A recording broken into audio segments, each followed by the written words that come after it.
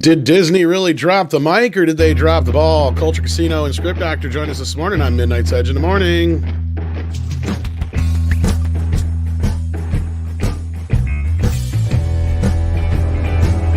It's another week. Hello, kids. How you doing out there in YouTube land? I am Tom Connors. With me, as always, is the boss man, Andre. Greetings, everyone. Hope you're all having a great day. Yes, we are starting a new week once again. With us, we have two guests with us. Our fifth Beatle, as we call him from time to time. He has a prescription for all your entertainment needs, the Script Doctor. Good morning. And Andre is vibrating. Yeah, I'll do something about that right now in this moment. And also joining us, Culture Casino. How you doing, bud? Well, I'm doing wonderful. This has been an interesting start to my day. But I'm excited. Let's dive right into it. I'm excited. Yeah. Well, there's a method to our madness. Why we have both of you here. Culture, you of course have a lot of insight when it comes to Disney. Script, of course, you have a lot of insight when it comes to the behind the scenes kind of things in the industry. So I think you guys are perfect for our conversation today, since there wasn't a huge bunch of news that came out over the weekend. I think the biggest news has been whether or not, Disney managed to rattle the cages of AT&T, or did AT&T really kind of win this week by decimating theaters in the process of everything else. And again, this is a long conversation. We also have we're going to talk a little bit about their stock and some other things, but hey, we got a super chat right off the bat. So why don't we address that, Andre, real quick? Yeah, let's do that real quick. Alex Acerra says, what are the chances of OG cast recast and characters like Mara, Jade, and the like showing up, especially if the erasure is hypothetically happening? Well, what do you think? That's a good question. I mean, a lot of people are doing the fan casting with what's his face from Winter Soldier. Sebastian Stan, yeah. Yeah, but I don't know. Maybe. It really just comes down to the fact that if whoever's running Disney at that time wants to do it. Right now, we've seen what their air quotes plan is, and yeah, it's kind of a little bit too early to say at this moment. But I mean, it's a good question. I wish we had more information to give it an answer. Yeah, I don't think we have enough information at this point in time, and pretty much all of the cards are on the table as far as what Disney has going forward. There are, as Script knows, 2 to 5 other shows that were not revealed. A bunch of the things that were revealed along the way, as far as the Star Wars stuff goes. A lot of those people weren't prepared for the reveal that came out of Disney over the Investor Day. So we will, of course, dive into that, I'm sure. Absolutely. As for me, I actually wouldn't rule it out that as they seem to be intent on exploring the immediate post-episode 6 era, as per our reporting, I would not be surprised if they were to recast characters with, for instance, Sebastian Stan. I actually would not be surprised if that were to happen. Like they already did it with Han Solo. So yeah, why not? And they're already doing it with Lando Calrissian, who's getting his own series. So why not? I would be surprised if they did. More surprised if they didn't than if they did. I don't know if they're recasting Solo. I think they're just using what's his face again. They're using Donald Glover again. But that's like the thing I mean, that they have already done a recasting once and they're sticking with it. So why stop there? They've recast Lando, they've recast Han. Why not take it one step further and have, for instance, Luke show up in The Mandalorian or something like that? There's one caveat to that, though. All the times we've seen all characters recast, and this even includes, prior to Disney, have always been when they're a younger version. You know what I mean? It's never been we've never seen anybody recast in a time period where we've seen them at another, already at that age.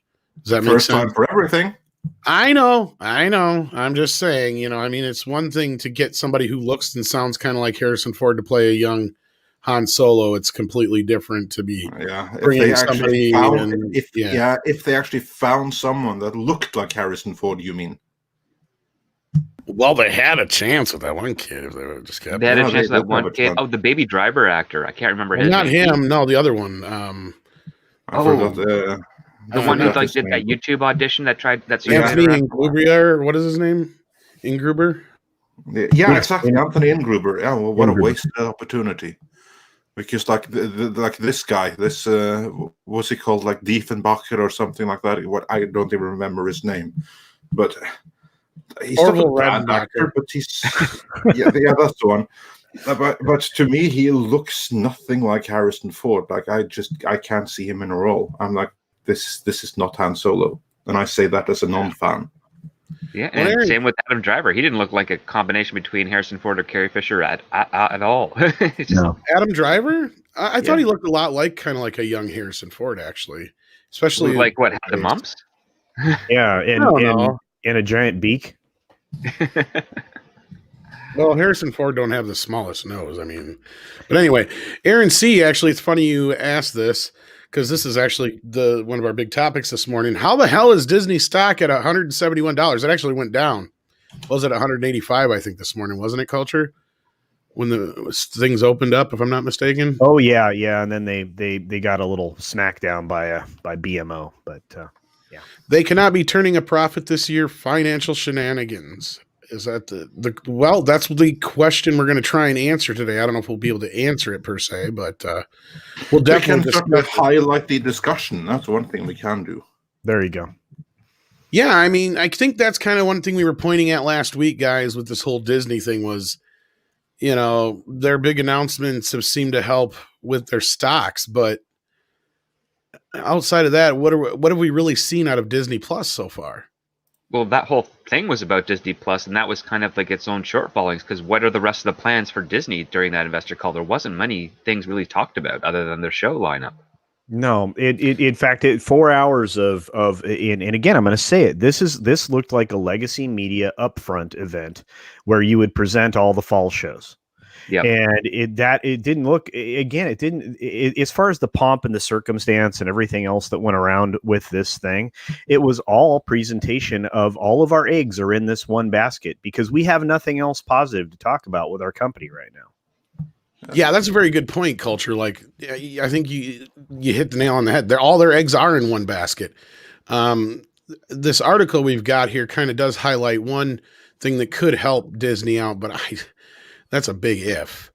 And this talks about the stock, as we were just pointing out. But this talks about the idea that things could improve for Disney if the vaccination goes well and all that kind of stuff, and they can actually reopen the parks. But that's a big if. Yeah. So I think you're right. Like all their eggs are in this Disney Plus basket right now. They are don't- indeed. In this moment, Disney is effectively a streamer. That's probably the best way to say it at the moment. I mean, they have been for nearly a year at this point, and it doesn't look like if everything that I'm hearing is going the way that it's going to go, it doesn't look like it'll get any better for them as far as the return to somewhat of a normal operational schedule for their theme parks globally until maybe even this summer 2021. Does that sound good to you guys? And that you sounds know what a lot that's you hopeful know than what what I that expected. sounds. You know what that sounds to me? That sounds to me like an unrealistically hopeful scenario. Oh, That's it what I'm is. thinking. It is. That's the best they have to hope for at the moment. It's been, Yeah. it's been an odd situation. And I've been on record multiple times here and other places, but primarily here with Tom saying, Disney gets all of its, additional revenue, the revenue that it uses to buy back stocks, the revenue that it uses to pay dividends from parks, products, and experiences. The media side of things really wasn't the coach leader when it came to, their financial health. So they're still in trouble. And I know we want to talk at length about, the interactions between Warner and Netflix and all these other things, but they're in a bigger part of trouble than anybody really wants to admit, in my opinion. Well, yeah, their media and film production wing was primarily an advertisement for their parks. That's the model that they had for all this time. If they could make a lot of money of it theatrically, that was a bonus, but it was all about setting up all the new experiences that they use at the parks to get people in all the time. Yeah, because that's like the thing. That was what was relatively unique about Disney. About Disney, that their business was creating magic moments, but the parks were the cornerstone of the operation. They were in the parks business, and everything else that was some very nice diversification that produced some very welcome bonus billions on the side. But they were bonus billions on the side. And now suddenly, their newest little thing, the streaming, the lost leader really up until this point, now suddenly has to become the one thing that has to salvage the rest of the company, because their entire core business that used to be the envy of the rest of the industry has suddenly turned into a liability, a money drain, rather than a share savings agreement that just puts money into their coffers monthly. And that's not the case anymore. And who knows how long it'll take before it'll be that again. That could be many years. And they make it that long? Just an idea. Basically, the parks make up like 40% of their entire revenue stream, basically. So, like, I mean, and that's everything. So that's the biggest chunk right there. Like, and not only that, that's 40%, but how many additional percent of their revenue stream is dependent on people not social distancing, going to their hotels, going to their cruises, You've basically taken 40% of your income and turned it into 0% of your income now. Like, they have no income from that pie. That's the point you're getting. But that's like the 40%. But other than that, like another 55% is going to be compromised by the mere social distancing. Well, because that's their movies. They're the only thing that's not hurting would be their streaming services, and I mean, they may still have they obviously still have all their television deals, but they're not making any shows right now, or at least not to the normal level. And the same difference goes for any of their merchandise. I got to believe most of their merchandise is down a little bit, even though I did see they announced the next line of Star Wars Black Series figures. They're all from the Mandalorian. Oh, I bet there's a Boba Fett figure just around the corner. Actually, no. Well, they're not Boba Fett. It's just they're all side stormtrooper characters and shit like that. But yeah, it's a pretty lackluster choice of toys. Like, it's 4 figures there's like a dark trooper, one of the stormtrooper, some other stormtrooper, but yeah, they're all Mandalorian based, I guess. Wow. Look, to me, it looks rather bleak. Again, just pointing towards the fact that everything that they presented for their investors to consume, for the most part, were media properties. I mean, they didn't toot the horn of any of their media networks per se. They focused primarily on streaming. Again, I mean, to me, the writing's on the wall. So they have one out. They have one source at this point in time, and it's not being supported, as Andre said, by any of the ancillary sources that normally, build revenue. Exactly. Yeah, they're waiting for a bailout. Yeah, they and the entire rest of the industry. Yeah, and they've also got that FTC investigation was in the shadows right behind them too, that they're trying to bury. But that's over 2 years of that right now. Over 2 years of that now, yeah, and it's still going to go. It's going to keep going, actually. Oh yeah. Yeah, I don't know. I mean, it's hard for me to be as buried in the culture of Disney as I was and as I have been in the past. It's hard for me to separate that love and that passion for it. But boy, recently it's been a lot easier. It's been really easy to set that aside and go, man, things are looking bad. But yeah. But really, I mean, I guess to not switch gears, but kind of change course a little bit here on the conversation side of things. This stock drop, I mean, does it surprise any of us, especially considering, I mean, the main question we brought up to begin with was, did they really drop the mic on Warner Brothers, or did Warner Brothers really just push the nuke button on this entire fucking thing? I think that's the big question, I guess, more or less. I mean, I kind of answering the question within the question, but I mean, it is open for discussion. I mean, that's my point of view on it. I just don't. It felt very lackluster to me. Like you got Bob Iger sitting there going, "Oh, we're all about quality over quantity." Yet, then why the fuck are you announcing 10 Star Wars projects, 15 Marvel projects, God knows how many remakes and reboots as far as your other crap goes? And not one of those Pixar movies looked even remotely interesting to me. And one of them is literally about a girl who turns into a red panda because she's going through puberty. When she gets excited, she turns. I'm not even going to get into that one. It's a very childish version of the Incredible Hulk. That's not what I was thinking. More so, I know. Yeah. Anyway, like I just why.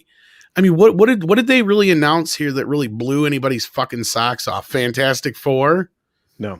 Well, you can tell with the desperation by saying we're bringing Hayden Christensen back and we're going to put him in the Darth Vader suit for 90% of the series, which is pointless. And they don't even announce if James Earl Jones is coming back to do the voice, which he most likely will be doing, depending on when they start shooting. So, like, what's the point in bringing the Anakin Skywalker actor back when you're not really even needing to use him in your show, given the time period? Yeah. It's desperation. It's stunt casting to a point. Right. I think that we see part of this in the fall in share price as well. And Tom, you found an article from the Hollywood Reporter with basically one analyst saying that, yeah, he in not so many words, he has more faith in Netflix going forward. Because many in our community used terms that, like, yeah, this was a proper mic drop and everything like that, and no one stands a chance against Disney. But I think that I think that's an arrogant presumption. Yeah, I don't know that the market agrees with that, because yeah, they were able to get away with it once. That they could, like, oh, look at these numbers that we have right here. And then the share price, that of course that increased based upon that and the promise of, well, if they really can do what Netflix did, then that's like vicinity of 20 billion a year's revenue right there. And if they can get it to that, then basically everything is sorted. However, I think that this time many sees that this is all they have. They can milk Marvel and they can milk Star Wars and they can do all of these projects. And of course, there's some level of enthusiasm there. Like if you just harken back to our own live stream from Friday, we were excited for a couple of those things, but only a couple. And how much excitement is there really? How much can they milk this? And I think that is something that many investors see as well, that they have put all their eggs in one basket, and but are those eggs so enticing as they need to be in order to survive against not just Netflix, but against Amazon, against Apple? Like, they're not in the race, but just wait until they drop Foundation and a whole slew of other things they probably have planned. Just wait until Netflix announces their response to them losing so much content to both Warner and to Disney. Wait until not Suicide Squad, but until the Snyder Cut hits, which apparently is going to be in Mars, much earlier than anyone expected. And then what they have to go up against is this, and most of this stuff isn't going to come for years yet. Yeah, we're supposedly getting another version of Batman v Superman too. I don't know if you heard about that. But oh boy, no, like I think that's the biggest problem you have here is the biggest thing they dropped being that, you know, Hayden Christensen was coming back has been met with mostly like head scratching, not because he's coming back, but because she's like, it's the rematch we've all been waiting for. It's like, we saw that 43 years ago. 43 years ago in Star Wars. I'm not so sure what this is implying here, but as I said before, I hate it when they do that, when they make up some bullcrap rematch or match in the first place and say, this is what we've all been waiting for 30 years or something. They did this when Batman v Superman came out. Like, this is the matchup we've all been waiting for. Have we? I had never been waiting for Batman versus Superman. No. Well, I don't know how many else had. It was many, according to the studio's PR department and anyone parroting it, but I never met the person that actually wanted that. Justice League is a different story, but yeah, you're right. And no, I think that the issue we have here is that they're going to use a little loophole that in Star Wars you have the Vader going, I've sensed something I haven't felt since, and then he doesn't finish what he says. And then he just says, the last time I met you, I was but the learner, but now I'm the master, blah, blah, blah, implying that the last time they met would have been episode 3, but they're going to probably try and piggyback off of, oh, well, they didn't specifically say that was the last time they met. And they're going to try and fudge that line, I believe. Yeah, I can see them doing that. Absolutely. And that's ways and they can get away with that. Absolutely. Ultimately they were going about breaking canon again. I mean, again, we can talk about this 1,000 times, but they have no trouble breaking original story canon along with anything that even they have created. They at this point nothing is sacred when it comes to a timeline, a canon, or anything when it comes to any of these modern creators. So well, here's the speculation that I would propose. Do you suspect that because Ewan McGregor has said he's going to other planets, do you suspect that Luke is going to join him on one of these things, which is why Luke is always constantly wanting to get off of Tatooine? Because he's seen a little bit of what the galaxy is like and realizes that Tatooine, there's nothing here for him. See, that would imply that they know each other even better than they seem to know each other in Star Wars, which is like Luke treats him like that crazy old guy who lives down the street that everybody tells you to stay the fuck out of his yard. Pretty much, yeah. But he knows a little bit about him, yeah. Exactly, but he doesn't act like they've ever really met or really talked per se, even. Yeah, like it's that you're old Ben or whatever, like everybody knows him, but yeah, kind of like I said, that creepy old guy down the street or whatever. Yeah, no, it's that kooky hermit that your parents say, stay off his yard. He's grumpy or whatever, and we all had that person in the neighborhood that your parents wanted you to steer clear of. And old Ben, that's what old Ben was. And Luke, for all from everything that we know just from that movie, again, the movie isn't not all encompassing, but he has honored the request to stay away from this person, right? Well, not only that, whatever he probably knows about Ben is pretty much probably built up by Owen, and Lord knows what Owen's put in his head just because he doesn't want him to go off on this quest that he knows he's destined to basically go on. Right. Yeah. No, there's many things that they can do, and hopefully don't play around with it too much. But it'll be interesting to see what they will do. And the most interesting thing is that was kind of like the highlight of their entire upcoming Star Wars slate. Was that, or does anyone disagree? Was there anything more that was pretty much Obi-Wan show? Because that's like the one thing that they had. Because to me, it was like bunch of drivel, no one cares. Pretty much. And Hayden is coming back. Yay. And that's actually pretty cool. And that makes me interested for the Obi-Wan show that I personally had written off. So it made me interested in that. That's made me less interested, to be honest with you. Me too. Really? I'm more ambivalent. No, because they're gonna fuck up the canon. Yeah. You got a situation here where these two have not seen each other since Obi-Wan left. Supposedly, this is the last time Luke was born, technically. Yeah, basically, since he left him laying at the side of the fucking lava pit there, dying. That's the last time Obi-Wan supposedly saw him, as far as we know, and that's what makes that meeting in Star Wars mean something. If you add another fight in between there, takes it away. Yeah. Yeah, and I mean, not only that, that's a good point. Like because what's going to happen? Vader's going to have to lose the fight, right? So, which means that Vader lost against him twice. And when you look at it throughout the entirety of the series, I mean, Vader, yeah, sure, he kills Obi-Wan in Star Wars, but that's because Obi-Wan lets him like that. So it's still Vader still loses across the entire spectrum of things. Even more so, it's now 3 times a charm. Yeah, it's kind of stupid. Well, then you see, the show should be about, if anything, they should bring back the kid who played Owen. And what it should be about is like Owen and Obi-Wan have to team up to stop like a bounty hunter or something that had heard the rumor of a possible Skywalker offspring being on the outer skirts on Tatooine, and they basically got to fight off, and the story should be the dividing wedge between Obi-Wan and Owen. Exactly. Yeah. Why Owen doesn't like him. Exactly. Yeah. Thank you, script.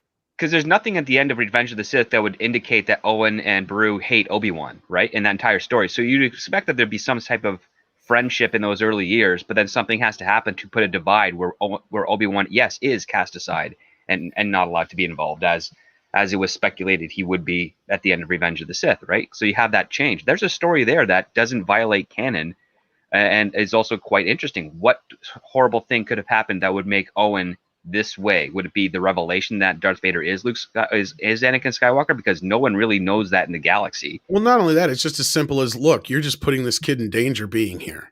Yeah. The idea that you guys have in your head that this kid is going to save the universe is preposterous. You just got to have him from that angle. It's like you're putting the weight of the universe on this kid's shoulders. Come on, guys. He's, that's the way he's probably going to feel towards Ben. And then, he's got to realize, that it's going to be dangerous if anybody ever finds out about him, and at the same time, like you said, it causes like a rift between the two of them to where that's why he's always kind of bad mouthing Ben, or, that's kind of the implications we have from Luke, is that he's kind of always called him crazy old Ben, kind of thing. Yep. Yeah, no, that I agree. That's a really, really good point, and I hadn't quite considered that. But yeah, of course, it's going to mess up canon completely. My worry, though, which is actually a bigger worry, is that they're going to go all out Picard. Like, I don't know exactly how much influence Kathleen Kennedy has over proceedings, but if this is more of her doing than it is Jon Favreau's doing, then my worry is that this is a great way for her to ruin Darth Vader and Obi-Wan Kenobi and Beru and Owen and young Luke Skywalker all in one fell swoop. That's my biggest worry here. Well, and the other problem we have here is Luke's going to be about 10 years old, because this is supposed to take place 10 years after Episode 3 and 10 years before Episode 4 is my... That's quite old. That's quite old enough for Kathleen Kennedy to infuse some agenda on him and find a way to ruin him forever afterwards by fundamentally changing some part of the character. So that's kind of like one of the things that I'm worried about. So because that I honestly don't know. That's what I would like to know here, is exactly on all of these projects, how much of it is Jon Favreau, Jon Favreau is Kathleen Kennedy, because she's the one that was there as the head of CEO, taking all the credit, pretending to be oh so good, when in reality it's Jon Favreau that's the one person that's saving all the Star Wars. Oh yeah, but that's just production 101. Like, if the director or the showrunner has a successful show, it's really because the producer said yes. On paper, though, the only shows that Favreau has anything to do with that we're looking at here is Rangers and Ahsoka. Yeah. And Mandalorian. And besides that, that even doesn't count, because that may be show you 10 television shows, but they only announced 9 because the Mandalorian, we know that's in production for ongoing. And this goes back to what you were saying, though, Script. All these shows that are up here, all these are shows that we've already known about, except for Acolyte and the Droid one and the Rogue Squadron. And those are 3 that we knew about the Leslie Headland deal, so you can cross that one off the list. But the rest of these, besides Rogue Squadron and Droid Story, we pretty much already knew. We already knew about Casio Keyboard. We already knew about Obi-Wan. We already knew about Bad Batch. We already knew about Lando. Visions, well, you can just chalk that up to, like, of course they were going to do some kind of animated series of something. Droids is an animated series, so it's a fucking animated series. Yeah, they threw that together real quick. Rogue Squadron was like the only one that was kind of a surprise and came out of fucking nowhere. Well, like, nobody knew anything about Patty. Nobody knew anything about Patty Jenkins working on a super secret Star Wars project. Well, that's actually something I think we can talk about a little bit, is that Rogue Squadron doesn't give you any sort of direction. it's like the safest bet you can have. It's probably going to be the movie that's designed to not offend anyone, because it's just going to be, pilots doing some sort of basic secret mission, like a paint by numbers thing. Kind of similar in the vein of Rogue One, but with less at stake, I would imagine, because what are they going to do in the movie that's going to actually change the direction of Star Wars for the better? It's not. It's just going to keep you in a state of arrested development, because aside from Wonder Woman, what has Patty Jenkins done that's been kind of like a game changer with regards to, or an identifier of her as a director? Like, nothing. She's a very competent director, but she doesn't really have her own voice or stamp on things. I don't see. Again, there are things I know, and I think a script can say the same thing. There are things I know that made this list that were nowhere close to even being ready to be announced, and there are a couple of things that they held back that aren't on this board, and that I anticipated would have been announced at an event like this. So some of that has to do tells with me they're not ready yet. Then, well, it tells me that they don't want to tip all of the cards that they have, because they have a show that's basically set up right now to present every single other show at this point. So, well, fill us in, man. well, no, I mean, there are a couple of things that were on the table that haven't been announced. That like I said, the Mandalorian is essentially the launching pad for a lot of this stuff. The Ahsoka show, Rangers of the New Republic, et cetera, et cetera. Those shows are being tipped by Mandalorian. You're going to see some more of that as well. The Cassian Andor thing, we've heard about it multiple times at this point, but there's been some iffy stuff going on behind the scenes that I've been, told about, that makes me concerned for its future. The Lando thing was, I have no positive feelings. It's just a repurposed movie script that they were going to use. Yeah, and I have no positive feelings for that. And the Rogue Squadron thing can do absolutely nothing except set Star Wars back. And I understand Patty Jenkins' concept behind this is to honor her grandfather, who was a fighter pilot or whatever. But if anything, I don't anticipate great things out of nearly everything on this screen right now. And I still don't see Indiana Jones, which isn't Star Wars related, but I still don't see Indiana Jones 5 actually happening. I think it will, but okay. I'll tell you why I think it will. That's because they signed on James Mangold. And when she announced the other night that it was going to be the last one, I knew it. That kind of didn't confirm, but I've had this feeling once they got James Mangold on board that this was going to be Harrison Ford's swan song. Indiana Jones is going to die in the end of this movie. This is going to be his Logan. You watch. I agree with that, and I also agree with the EU culture. That I honestly don't see a lot to look forward to here, and I think that with the things that they have announced, and again, this is kind of like the things that I'm questioning exactly who is behind the different things, because what we have here in Lucasfilm is a house divided, and right now we kind of like have two competing creative forces that are creating a slate. You have Kathleen Kennedy and her faction in one end, who are all about the agenda first, and then you have Jon Favreau, who is all about Star Wars first, and both of them are working on projects at the same time. And now what I have heard is that the projects that really matter are Favreau's projects, whereas the Kennedy projects, they're kind of there, but they're not getting the same attention and resources, but they're still going to happen. Well, there's also still a lot of contention behind The Acolyte, because that's the Leslie Headland show, and it was essentially greenlit under dubious means. It was leaked to the press to get media to put pressure on Disney to go ahead with a pitch that actually isn't really a pitch of anything. It's just, okay, dark side, High Republic, female-centric, which is not a thing. There's nothing there, and I wouldn't be surprised if it's going to be under more scrutiny because of that during the development stage, where if things look like Disney Plus is going to go in a different direction, that's going to be the first one to be cast aside.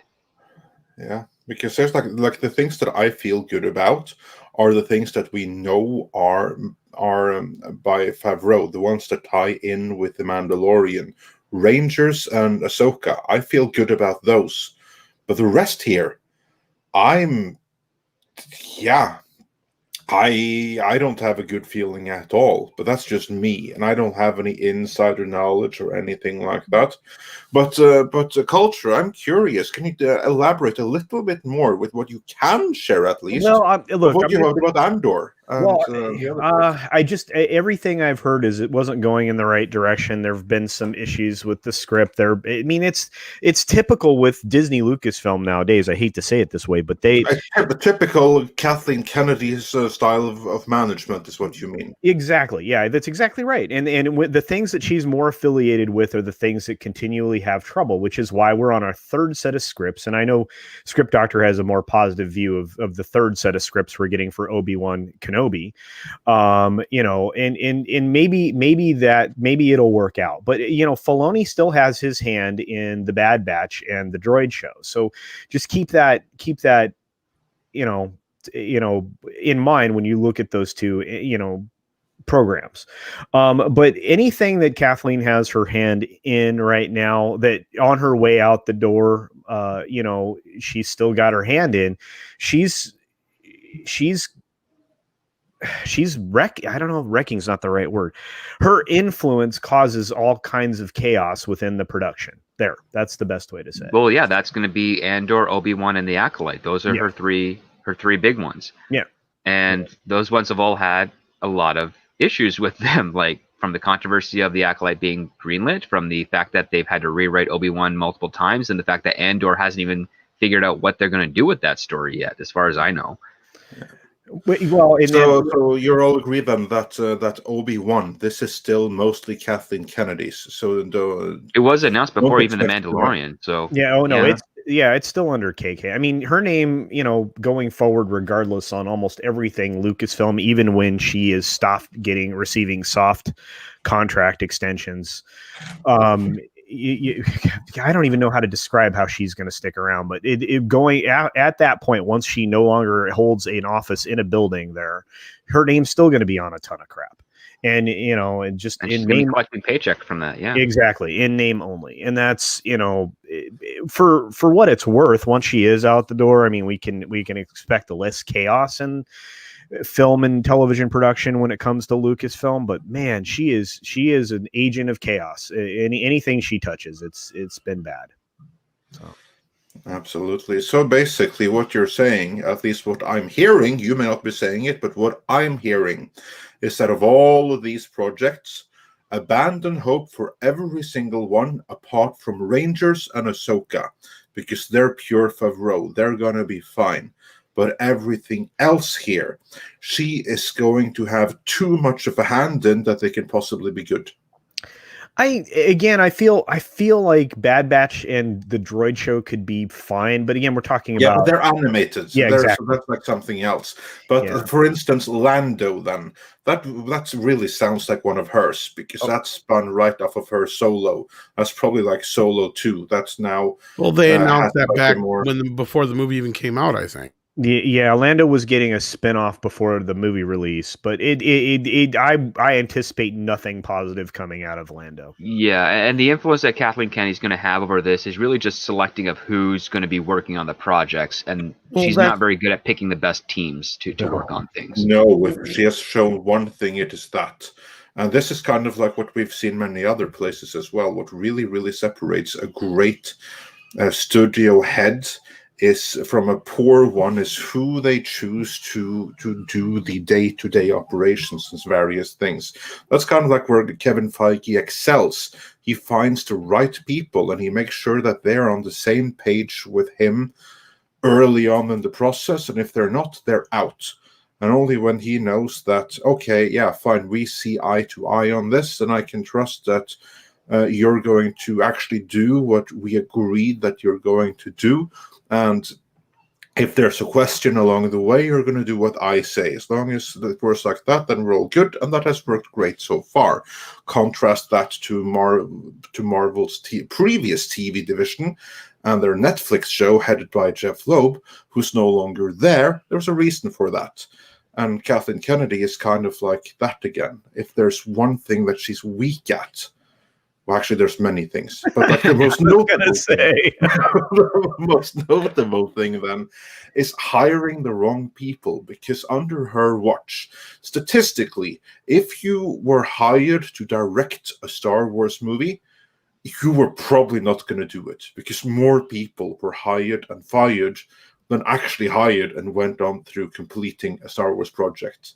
You ruined my joke, Andre, but yeah, no, you're right. But what I was getting back to with this whole thing with these announcements was what Script was telling us is that they were just salvaging what they had and they weren't accepting anything new. And that's what I see here.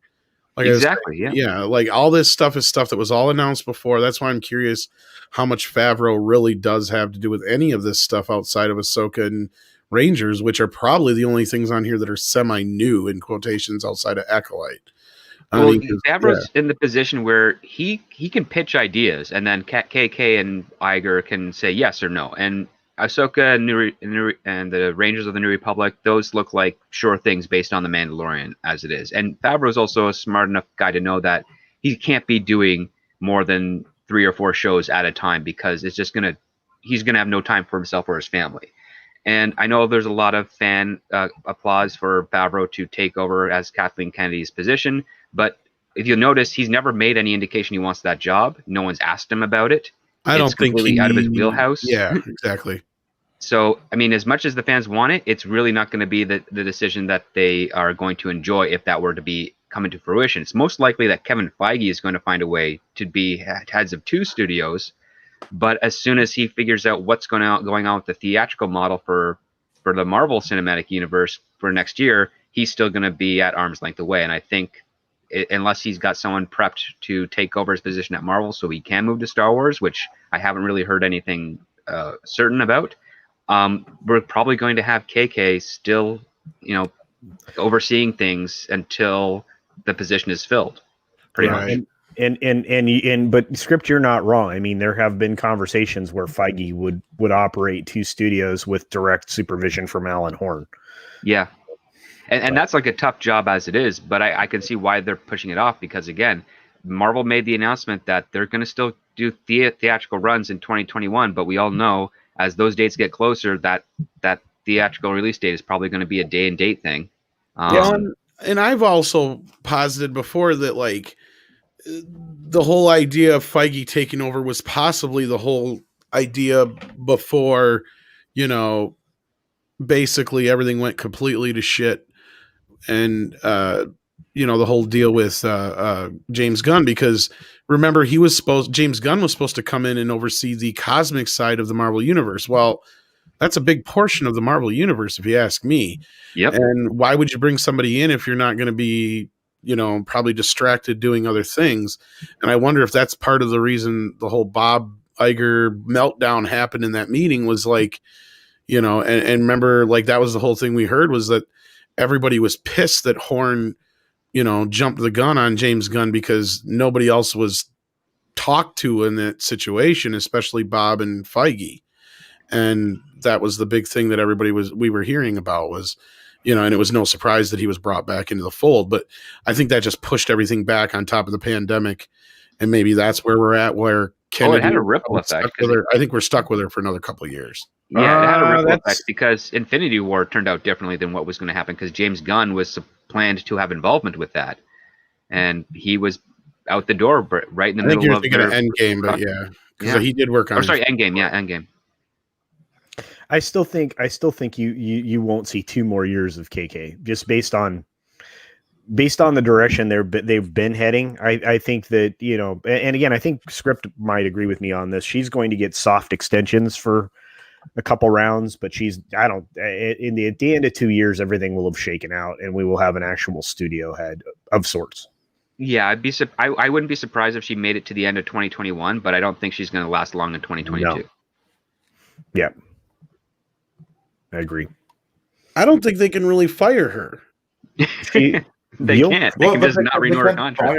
Yeah, exactly. Here's like the thing that she's automatically out the door unless she's renewed. So they kind of like screw themselves over by actively renewing her contract. But what I've been hearing is that if she's not renewed, then the Twitterati are going to take that as if a progressive female studio head was fired. And Disney doesn't want that kind of negative spotlight on them. That's what I heard at Well, least. I'm Maybe I curious heard what wrong. her actual place is in the company, like, because that's the thing is, Lucas put her in place before the company was sold. He did indeed. That was the What single greatest mistake he ever made. Yeah, and what stipulations were put in there as to where, like, because I mean, like I've brought up before, it doesn't even matter. She could leave tomorrow, and she still has her claws into Indiana Jones, and nothing anybody can do about it because she's always been a producer on that. And we know for a fact that I'm sure she's got an Amy Pascal deal to where everything for the next 20 years that's Star Wars related, she'll have her fucking name slapped on. But my point is I just wonder if they can get rid of her. I mean, I don't know. Like, even if I think her situation is more like, the retired guy or girl that's at the company, like they're retired, but they still work there because there's not really any person who's able to fill in their spot. I think that's what the position Kathleen Kennedy's in at the moment and will be for a while.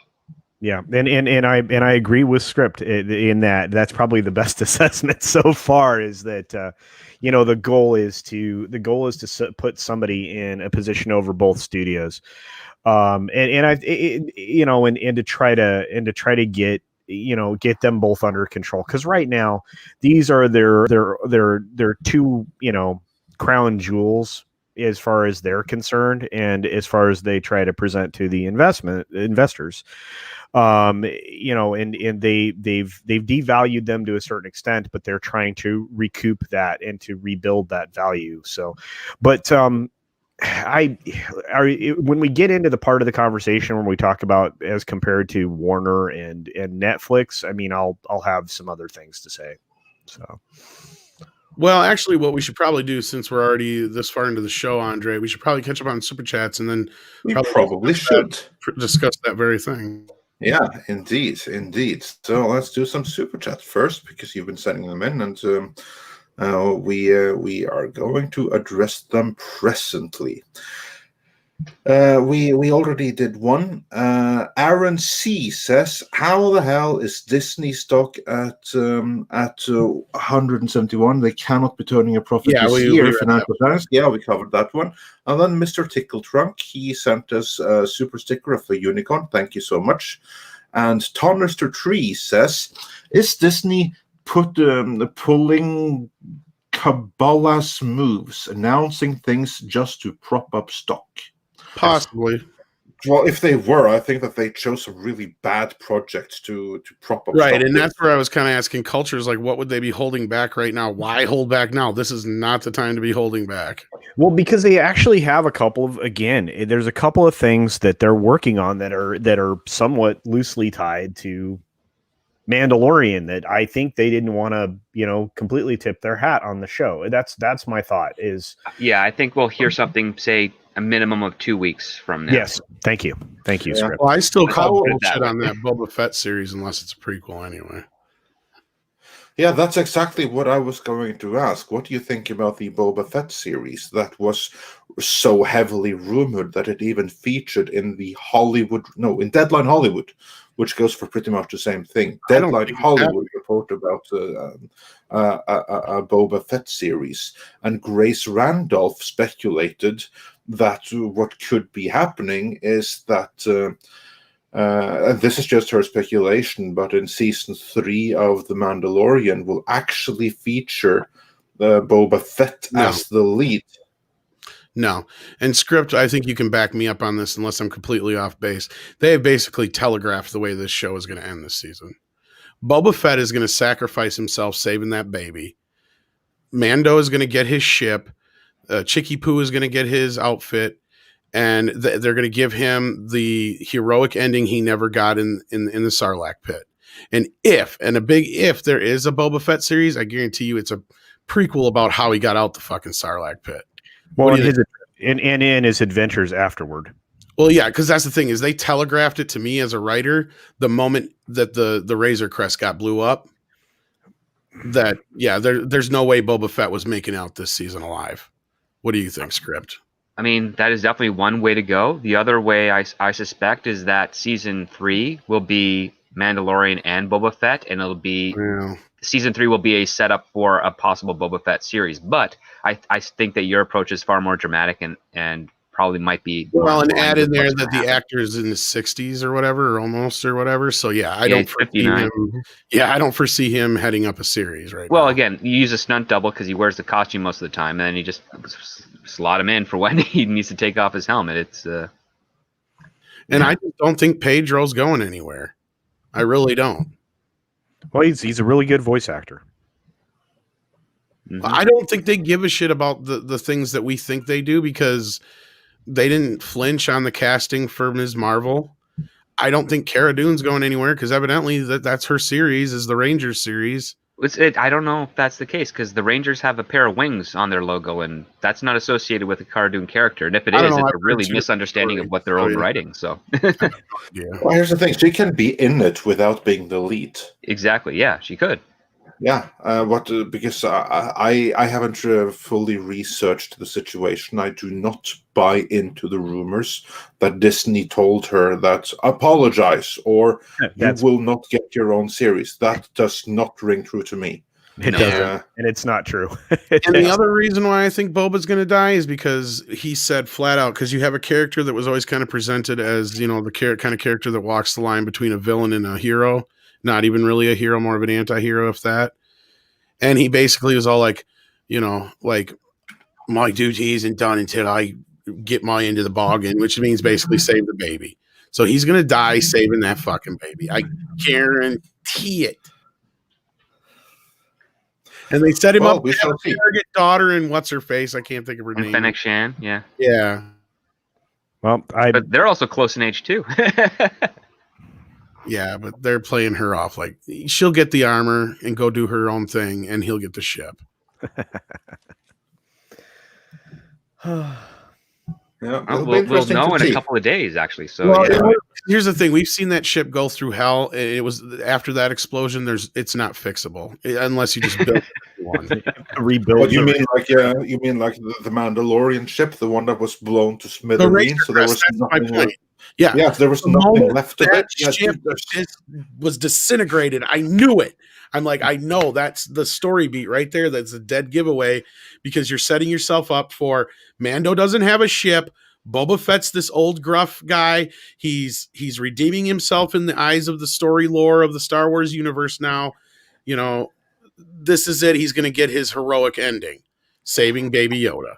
I don't know how people are going to respond to someone else piloting Slave One.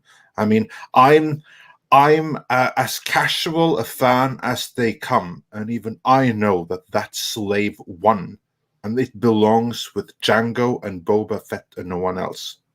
Yeah, well, they don't. No, you're right, but does Disney agree? That's the other question. Yeah, that's a question. That's of course the question. They just had this big old Razor Crest toy that cost like, what was it, $400 fucking bucks? Does it come with a cube of Meaningless dynamite?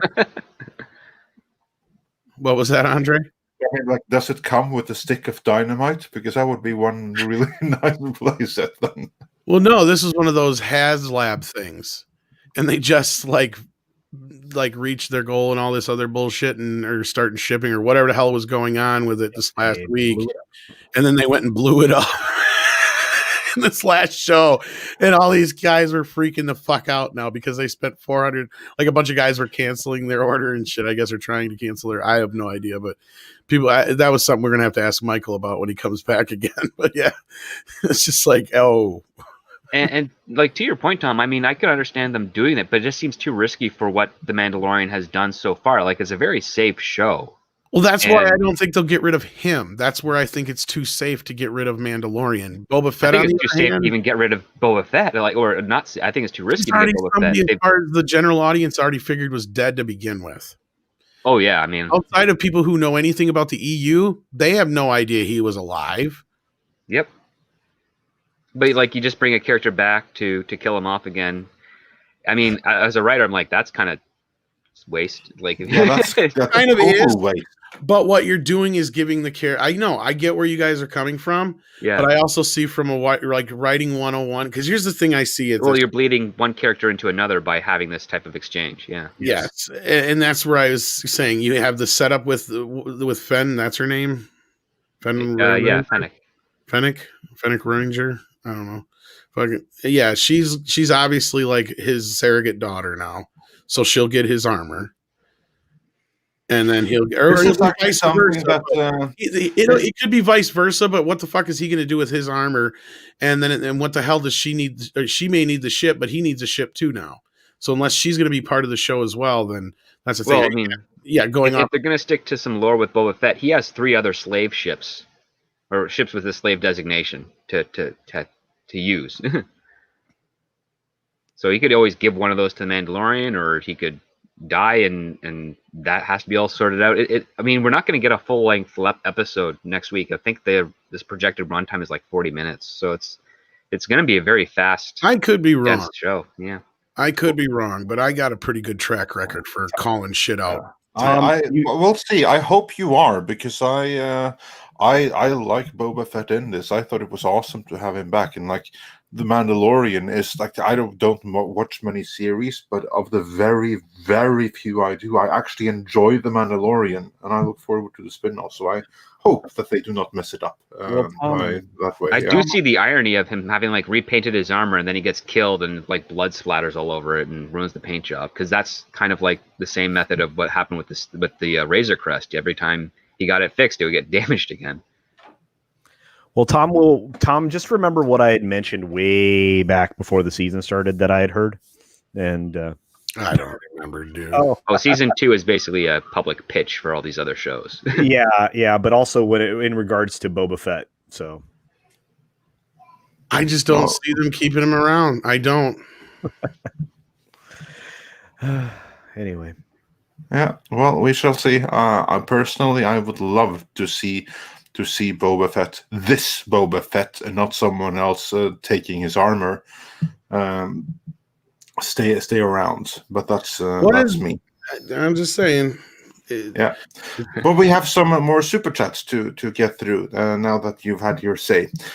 So Roger Haynes, he sent us a super sticker with hype. So thanks so much. That's something that I absolutely feel for the Mandalorian, not anything else.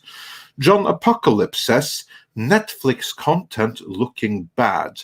You seen WinX Club? I've never heard of WinX Club. Is that a Netflix thing, guys? Or is that the Windows X Club? No, I don't know. I don't know, actually. No. Yeah, that's not ringing any bells for me. Yeah. Well, I think that I'm just waiting for like a proper content announcement from Netflix, because you just know that they're going to have to respond to all the stuff that's now being announced from Warner and from Disney.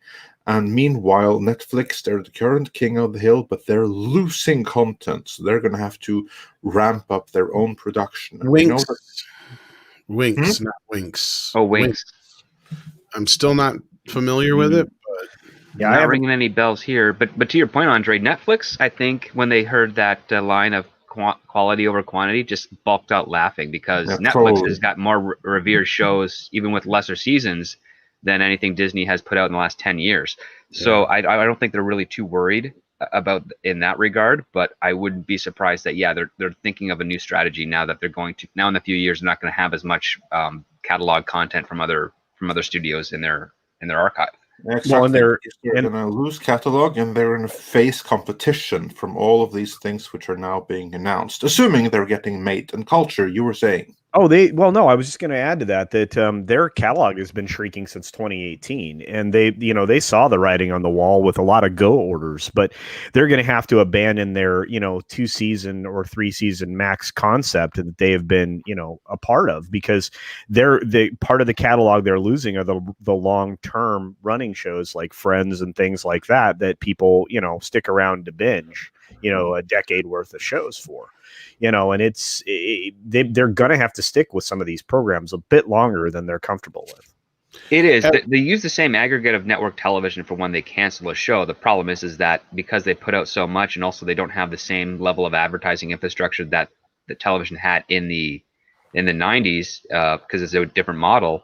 They're kind of actually shooting themselves in the foot, because there's a number of shows that made it 2 or 3 seasons that were actually very, very good, but people only starting to realize what they were in during that 3rd season, but it wasn't enough numbers for them to continue the show. But had they let it go one extra season, they probably would have seen, like, another popularity series like Orange is the New Black or Stranger Things type of thing.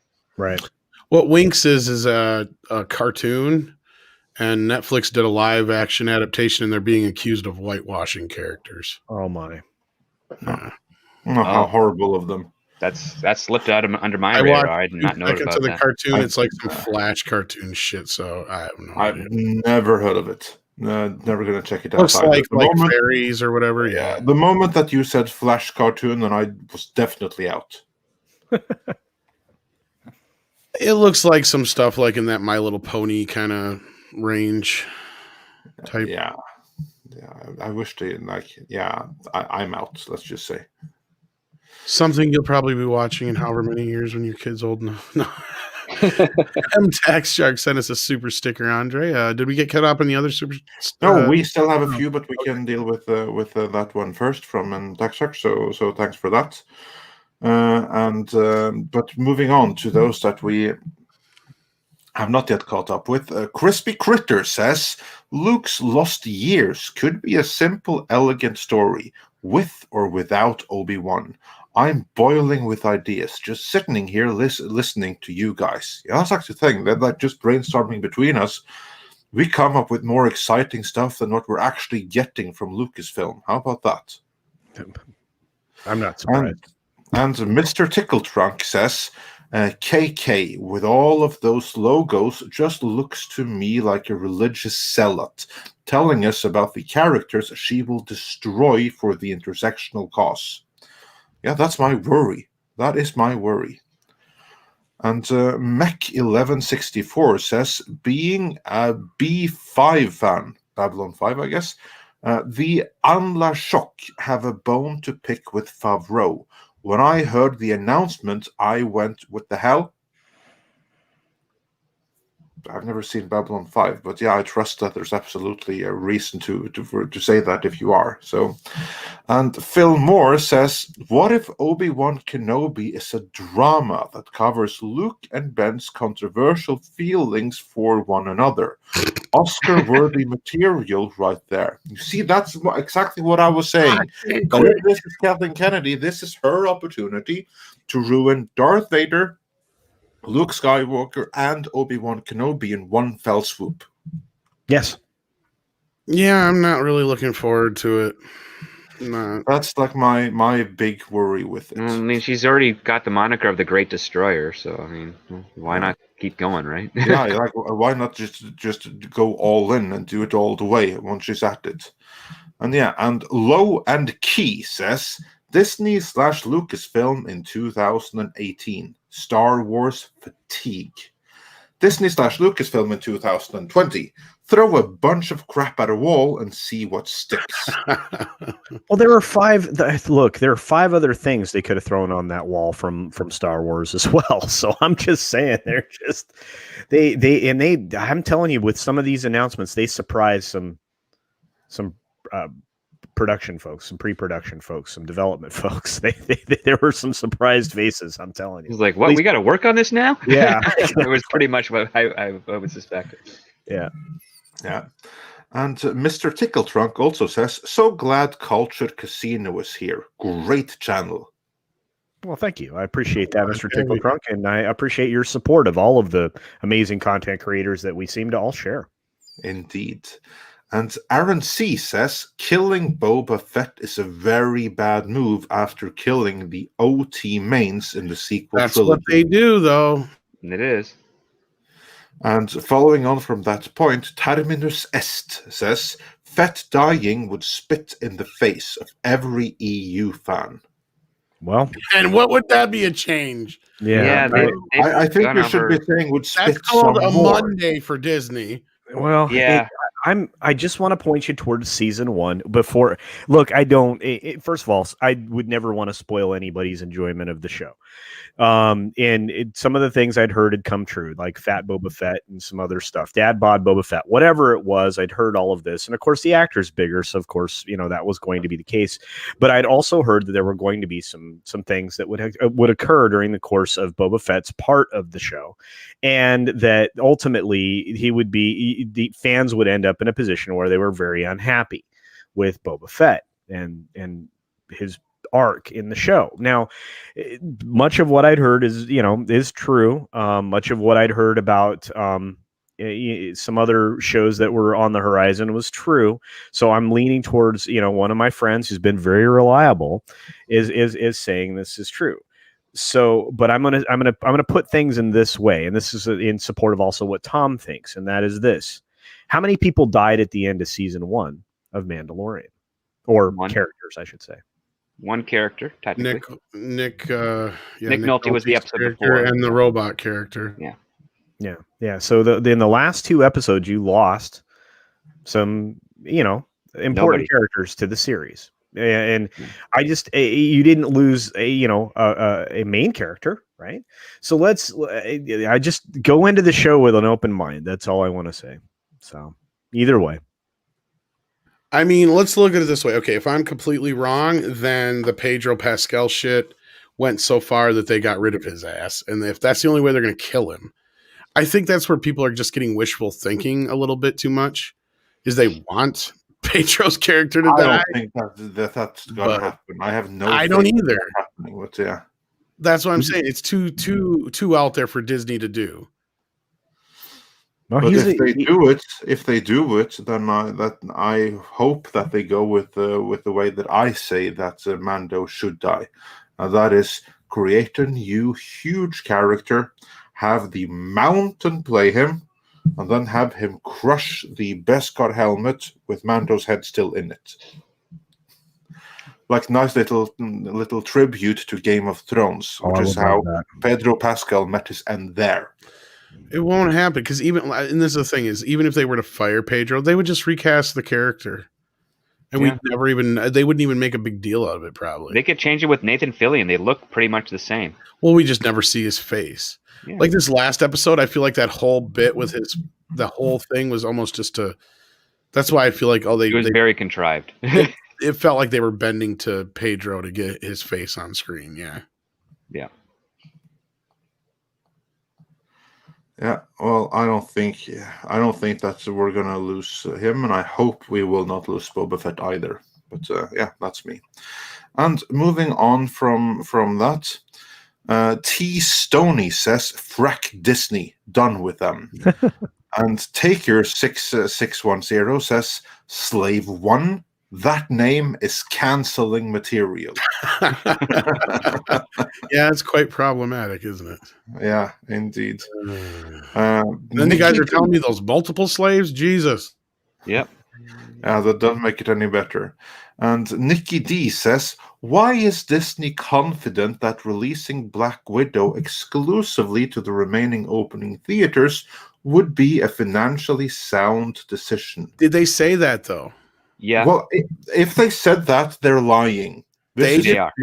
Here's the thing. They are not confident about that at all. They didn't say they weren't releasing it on Disney Plus at the same time. Yeah.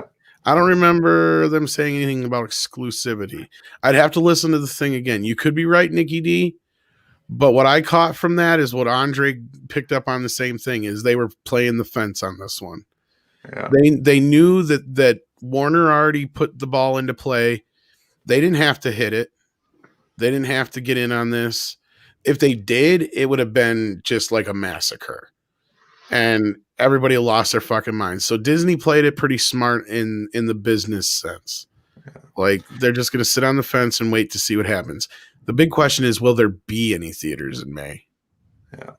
And I would also like to point out that words are cheap. Just look at Warner. They were very loud and clear that Wonder Woman 84 would open exclusively in theaters right up until the moment when they changed their minds. Exactly. And that's like the same thing right now. Disney can go and say all they want about, oh, this movie is opening exclusively in theaters in May. Come middle of April, they can come and say, you know what? The movie is going to be on Disney Plus day and date with theaters in 2 And what are weeks. you going to do about it? And that's what Yeah, they're gonna say. exactly. So there's stuff like that they can always go back on. There's like no promise here that no one is going to hold them through. All they're saying is their intention as of this moment, and that intention can change the next moment. In As fact, indeed has happened many, many times. So Disney are not confident that releasing Black Widow exclusively to the remaining opening theaters is a financially sound decision. They're just saying that, and in reality, just wait and see. It's a long time between now and May. in fact, I'll go one step further. I'll bet you $5 that the Black Widow is the $5 super chat you just sent. There you go. I'll bet you that, Nikki. That Black Widow ends up being another one of those $30 movies on Disney Plus. Well, I won't say that it absolutely won't. I don't think that it will even be one that doesn't get simultaneous release for $30. They have and the reason I think that is because they have less red tape to go through than Warner does. Absolutely. The only thing Disney has to face is they don't have the backing of AT&T. They don't have, a communications company backing the player, actually making the play in this case, because they know as a loss leader, it's a blip to AT&T. Yeah. To Disney, though, to make Black Widow a loss leader would really hurt them. So they are hoping beyond hope, Nikki, that theaters are open, but I'm betting that by that time, AMC's probably not going to be open. All the, Cinemark and all them are going to be closed. Regal's going to be closed. There's not going to be enough theaters to make a dent that they're going to say, yeah, it's going to be day and date, but it'll go into whatever independent theaters are still open in Alamo Draft houses, and that's it. Yeah, I think it's safe to say simultaneous release for that film is most likely in May of 2021, as they are projecting. But Disney is in there. I mean, essentially, they gave you their strategy when they did this presentation. They are 80-20 right now. 80% of everything that you're going to see out of Disney is going to go to streaming in some form or fashion and digital release, and the other 20% might make it to a theatrical or simultaneous release. There you are. It's a big might, unless Script or Andre has anything else to add to that. No, I have nothing to add. Probability. Yeah. I have nothing to add. There just has to be theaters to release things in. Very true. But that's why I also believe in like this day and date thing. That they'll do a symbolic theatrical release, but they know that if there's not a theatrical market, not a really viable one, then for all intents and purposes, that's just like extra promotion for the Disney Plus release. But the thing is HBO or AT&T in this matter just redefined home box office with their fucking announcement. Like that put a nail in this whole thing. Like you saw panic throughout the entire industry, and I don't even think Disney still knows how to deal with this. I think there's a very good chance that by the end of 2021, HBO Max could have surpassed Disney Plus where subscribers are concerned. I'm not saying it's going to happen, but I think that option is on the table. So let's look at it. I want to look at it even more broadly than that, if you don't mind, Andre. And that is, sure, go for it. That across the streaming spectrum, Disney is projecting by 2023, 2024 to have over 350 million or 300 to 350 million. I'll stay it that way. Subscribers across all of their streaming platforms. Their Disney Plus, as far as they're concerned, is obviously one of their their startup at this point, even though Star and Star Plus, are starting to figure rather heavily internationally for them. But when they did their presentation, they made it a point to say that, we have 180 some million subscribers across all platforms right now. So, you know, and I could have that number confused. It could be 137 million. My brain's, I have so many numbers in there right now. It's ridiculous. But without looking at my notes, like I said, so there's a considerable number of subscribers when it comes to Disney's overall platform strategy. It's just Disney Plus. Yeah, I can see them surpassing them on Disney Plus. I don't know where they'll end up. Where they'll end up as far as the streaming platforms being profitable. Disney isn't looking at profitability on their streaming platforms or any of them at this point until 2023. And as far as Disney Plus, they don't anticipate profitability until 2024. And the last thing I'm going to throw in there, and I know this is part of my video that releases here in about 40 minutes, but it is that you're going to see Disney spending up to $16 billion a year in content creation for Disney Plus, just Disney Plus. Yeah. No, I'm not disputing anything of that. Yeah.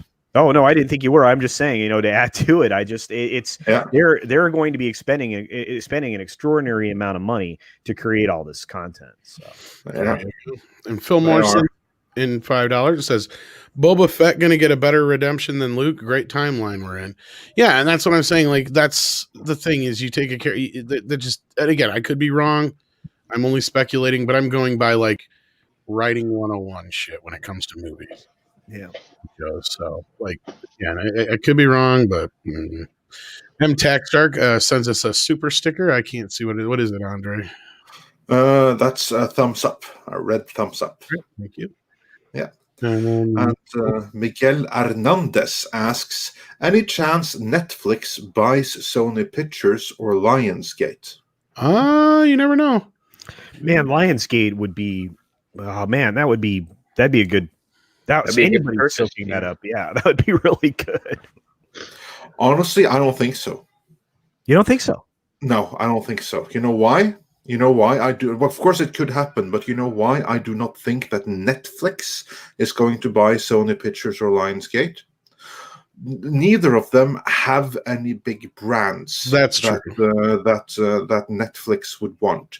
They have like some level of production facilities and stuff, but Netflix already has those, and they have like their own mini distribution channels. But Netflix doesn't need that. So what would either Sony or Lionsgate strategically give to Netflix? Well, give them an upgrade in their infrastructure. Mostly Lionsgate. Sony's never going to sell. But Lionsgate does have some pretty useful assets on the infrastructure side of things that Netflix could easily acclimate into and give themselves a little bit more flexibility with production and how they choose things and how they market.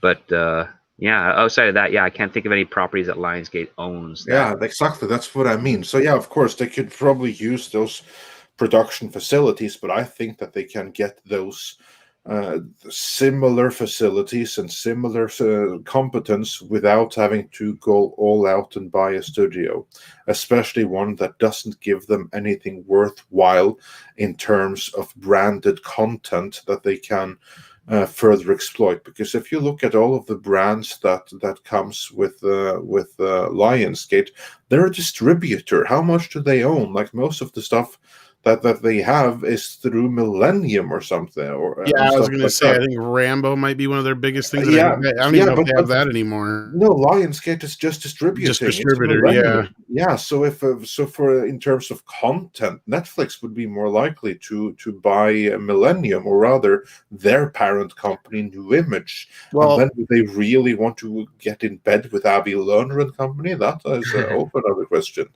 I would actually see, and I wouldn't say never with Sony, because I could see Netflix going for Sony first. And hear me out here. It's not so much that they have, like, they don't really have a lot of big franchises per se, but what they do have is a deep catalog. So if like Sony wanted to, if like Netflix wanted to inject their, and I'm talking beyond movies, because they have a big television catalog. Yes, Sony has a huge television catalog, and Netflix and Sony have been really worthwhile. that could be worthwhile, their television catalog, because again, like Netflix is gonna lose so many of the like long form series like Friends and stuff like that. I don't know off the top of my head what Sony can offer that people would want, but that is a good reason for buying Seinfeld. Sony. Is that what Sony would they get? Would they get Seinfeld if they bought Yeah. Sony? Yep. Well, then that's a good reason for buying. And they Sony. already have and that's what I'm saying. They already have a relationship with Seinfeld. They've had, you know, a lot of good relations. Like the whole thing with Crackle, they sold all their original entertainment to Sony, did to Netflix. And again, like if Netflix is interested, that's where I think they're going to go, because they've got all kinds of game shows, classic television. Seinfeld was always one of their big things. Like Columbia has a huge library. I mean, I don't know how much they own of Ghostbusters, but of course that's one of their bigger franchises, Men in Black. Sony technically has like a licensing deal with Ghostbusters as opposed to owning it. So That's what I was going to say. yeah. Now that may be, out the door, but I still think they have their claws in Men in Black, and they may lose Spider-Man if they sold it, but I don't think that would matter. I have a thing. I suspect that Disney probably would make an argument that Sony can't sell to Netflix because of Spider-Man, their deals with Spider-Man. Unless Well, I think those it would deals just are revert broken. to I think Spider-Man would just revert back to Disney is the deal. It could be that case, yeah. But I think Or, that's well, Marvel in quotations, but yeah. yeah. But I think that's one of the reasons I don't think Sony wants that to happen. They don't want to lose Spider-Man, so I think that's probably one of the obstacles they'd have to figure out. It all depends on how lucrative. See, here's the thing where I see it right now. The Spider-Man deal is basically being handled mostly by Disney. Yeah, they got their couple spin-offs over there, but all Rothman gives a shit about is like independent type movies, like Baby Driver and shit like that. He didn't care about big franchise shit. Like, so the studio, what do they got? All Sony is right now outside of Spider-Man is basically they make movies out of their video games. That's their future. Wasn't that their plan like 30 years ago or 20 years ago, and that never really panned out? Yeah. Kind of. But here's the thing, though, that if they bought Sony Pictures, they wouldn't get the license to those video game movies with them. No, and that's fine. They would stay with Sony Japan. And that's why I think Sony would gladly unload the movie department, because then they could just license out their shit, and then it's a less of a burden on them. Because that's the film department has done nothing but drag them down over the years, really. Because isn't that what the whole thing was? Is like the PlayStation and all that stuff was basically funding the fucking movies and shit over the last few years. Yeah, well, the last few years it has done that, but yeah, I agree, because as I said, I wouldn't completely rule out Netflix buying Sony or Lionsgate, but I don't think it's likely. But of course, when you point out the TV catalog, then that is something that actually does make Sony a likely candidate to be bought. Their movie catalog, I honestly don't know how much is worth it to Netflix, but their TV series catalog, their serialized content, yeah, that would be worth something for them. Yeah, and it goes back quite a ways, because I think they even, they've got quite a bit of shit they bought over the years, because they got like all the Merv Griffin shows and all that stuff too, I believe. Yeah. That would be worthwhile, but again, my point stands with Lionsgate. I do not see, at least top of my head, I do not see what they would be too interested with Lionsgate that they could not get for cheaper by not buying a whole studio. Just licensing their content. Yeah, I guess so. I mean, even with Rambo and John Wick and all of the movie franchises that Lionsgate. Oh yeah, John Wick. That's the only one Lionsgate's got. Yeah. Yeah, I mean they do. I guess Lionsgate does hold a lot of TV stuff with stars and things. I'm trying to go through what they all. They have some stuff there, and again, then it's a matter of what kind of brands is it that they have that can be monetized. But the challenge with Lionsgate is that they're a distributor more so than a production company. Yeah. So like the cool stuff that you associate with Lionsgate, they're not actually Lionsgate, and they wouldn't get them in a purchase. Well, now isn't Starz actually owned by Universal anyway? I don't actually know the answer to that. I know they do a lot of content creation for Stars. I mean, I think it is owned by Universal. yeah. So yeah, but I'm thinking like Power and shows like that. I think are Lionsgate. Again, I could be wrong. I mean, But I'm just saying. Yeah. So my point is I could see Lionsgate, if that's the case, getting soaked up by Stars and Universal before like that happened. Oh like, no, absolutely. That so- way, that would make That's more much sense. more likely. That's Yeah, that much would more make a lot likely more to me. sense. Yeah. Yeah. It would make complete sense for the Universal expanded group to pick up Lionsgate. That I can absolutely see. That's Yeah. much more likely to me than that Netflix would do it. And Comcast has money, so Yeah. there you go. Yeah. So I would be more so, and I fully expect both Lionsgate and Sony to be sold because they don't have a leg to stand on. Exactly. The way that things are moving. But the question is by who, and Comcast have a far better strategic reason for picking up the two, especially Lionsgate. And with that Millennium, I wouldn't be surprised if Comcast were to pick up, or rather New Image, because that's the corporate unit that Millennium is a part of. Yeah, but I don't really see Universal having much reason for picking up Sony though. So like I bet if Sony does sell, it'll end up being to Apple or Netflix. Yeah, I agree with that. That Apple or Netflix would be the ones that would pick up Sony Pictures, whereas Millennium, New Image, and Lionsgate, that whole block, that's more of Comcast's. And that's where I was asking as far Specialty. as the Stars thing, because I can't remember how much control or if any control I think Stars bought in Lionsgate, because if they did, then that's where I was saying they could eventually just get soaked up into Universal, because that's basically what happened to New Line.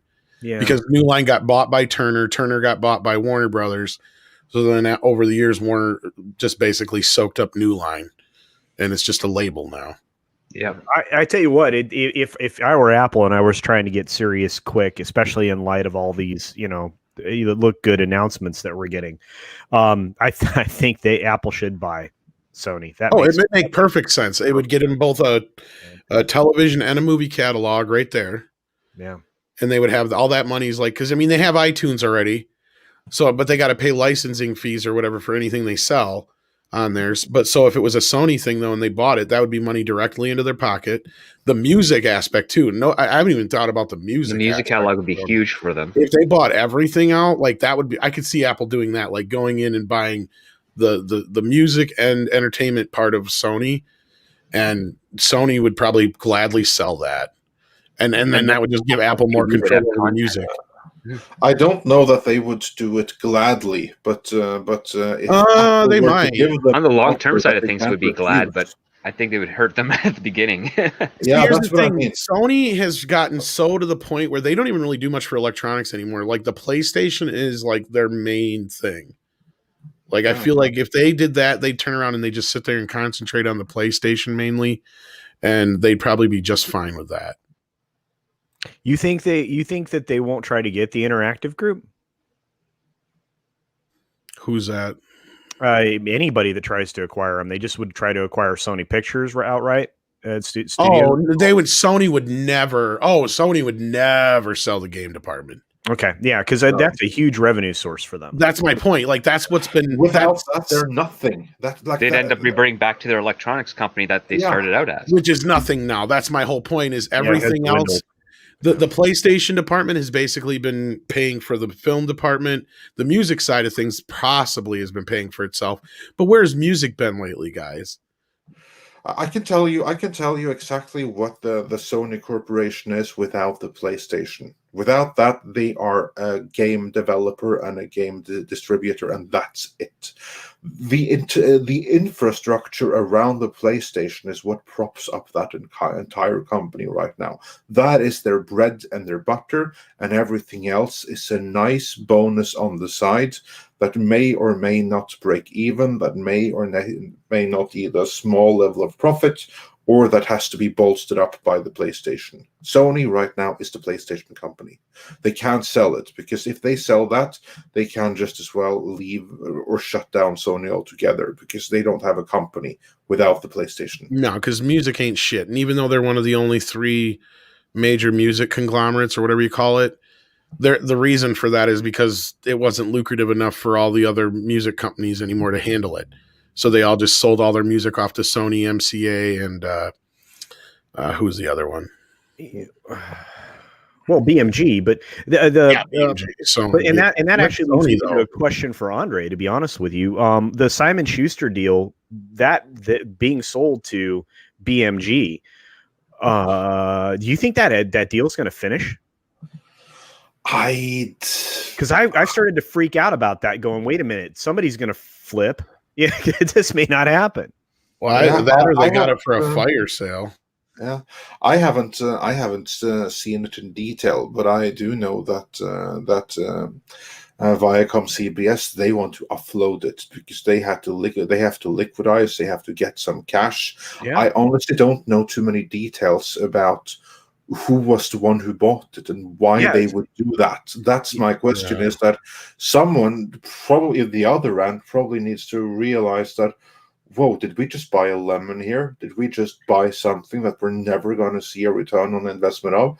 That's like the thing that surprises me. Like, who on earth would spend all that money on Simon and Schuster? Yeah, you get the catalog and stuff, but how can you monetize it? How can you monetize it to not only break even on your investment, but even profit of it in the not too distant future?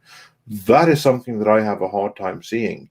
So will the whole deal go through? Well, I bet that Viacom CBS desperately wants it to, and they probably hope that the other party won't change their minds. Yeah, but, Sony is BMG, by the way. The other music company is Warner, which it's Warner, MCA, and Sony BMG. Yeah, Bertelsmann. I'm sorry, Bertelsmann Media Group is the ones that that put out 2.1 billion in cash. What the fuck do they need with that? Unless they're doing audiobooks. Yeah, well, yeah, you can do audiobooks, but how the hell are you going to profit of how are you? Like, you have to make more than 2.1 billion just to break even. And how are you going to do that with audiobooks? You have to do some investments to monetize it as well. How are they going to do that? That I don't see. I hope that they have a plan for it, although I don't see what it would be. Yeah, it just occurred to me to ask, because I'm looking at that. I'm like, what? Bertelsmann spending an exorbitant, or just a giant amount. That's a lot. That's a huge amount. There's no way that the market for audiobooks is that big, because regular standard books are dead. Yeah, I mean, their ownership of Penguin Random House. I mean, I don't know. that might be what they're doing. Then they're doing what they did with the music. They're just conglomerating everything. Yeah, let's see. But honestly, I don't know. I haven't paid too much attention to it that I really have an opinion about it. But just at first glance, I don't see how they're going to. Well, hang on though. What kind of things does Simon and Schuster have under their, as far as I mean, I could see Sony using it as far as buying, it's easier than buying all the rights to all these stories and books, but they don't have anything. They don't have a Marvel or a DC or anything like that. No, right? All their good stuff again is licensed. Yeah. I mean, a lot of the ownership of the books is not actually owned by most of the publishing companies. And I don't see audiobooks being that big of an industry. So basically what you get is you get the infrastructure, you get your print presses and stuff like that, or that is those that aren't good is that for you? Third copies as well. So you get some real estate, you get some heavy machinery. You're obviously going to get some titles and everything, but the really cool stuff, the people that associate with Simon and Schuster, that stuff, that's all on license. You don't get the brand. You get those contracts, but you have to monitor and update those contracts. I'll tell you right now, the real estate may be worth something, but all the fucking facilities and shit, you're basically buying somebody else's problem. Yeah, that's exactly what they're doing. And that's and of course, if it's in your business, then that's fine. But I don't know how you're gonna make that worth more than 2.1 billion for you. That sounds like a tall order. Yeah, well, and again, that deal is predicated on the idea of creating a publishing Leviathan. I mean, their goal is to acquire all these authors, all these creators, and put them under fresh contracts to produce more content for them. I mean, that's essentially, they're going to be the content farm for all these television and film things, or that would be my guess. That's just a guess. That's what I was thinking, but then again, that's where I was saying, how much could you possibly get out of that? I don't see how you could spread this out and make that much money in any amount of time to make it work. I don't. That's way too much. Way too much. How do they fit in this day and age? How does that? I don't get it. I don't get it either, but I can only imagine that they must have run it through a business attorney. They must have a strategy behind it. They must have a plan for it. What that plan is, I do not see. But you don't go and make a $2.1 billion acquisition of a company that another corporation is desperate to get rid of without having a real good plan behind it. You just don't do that. So they must have a plan for it, and they must think that at a 2.1 billion price point, they're going to profit off it one way or the other. Although how that's going to happen is completely beyond me, but I can't imagine otherwise that they must have a plan. Because remember, I got a bridge in Brooklyn to sell them too, by the way.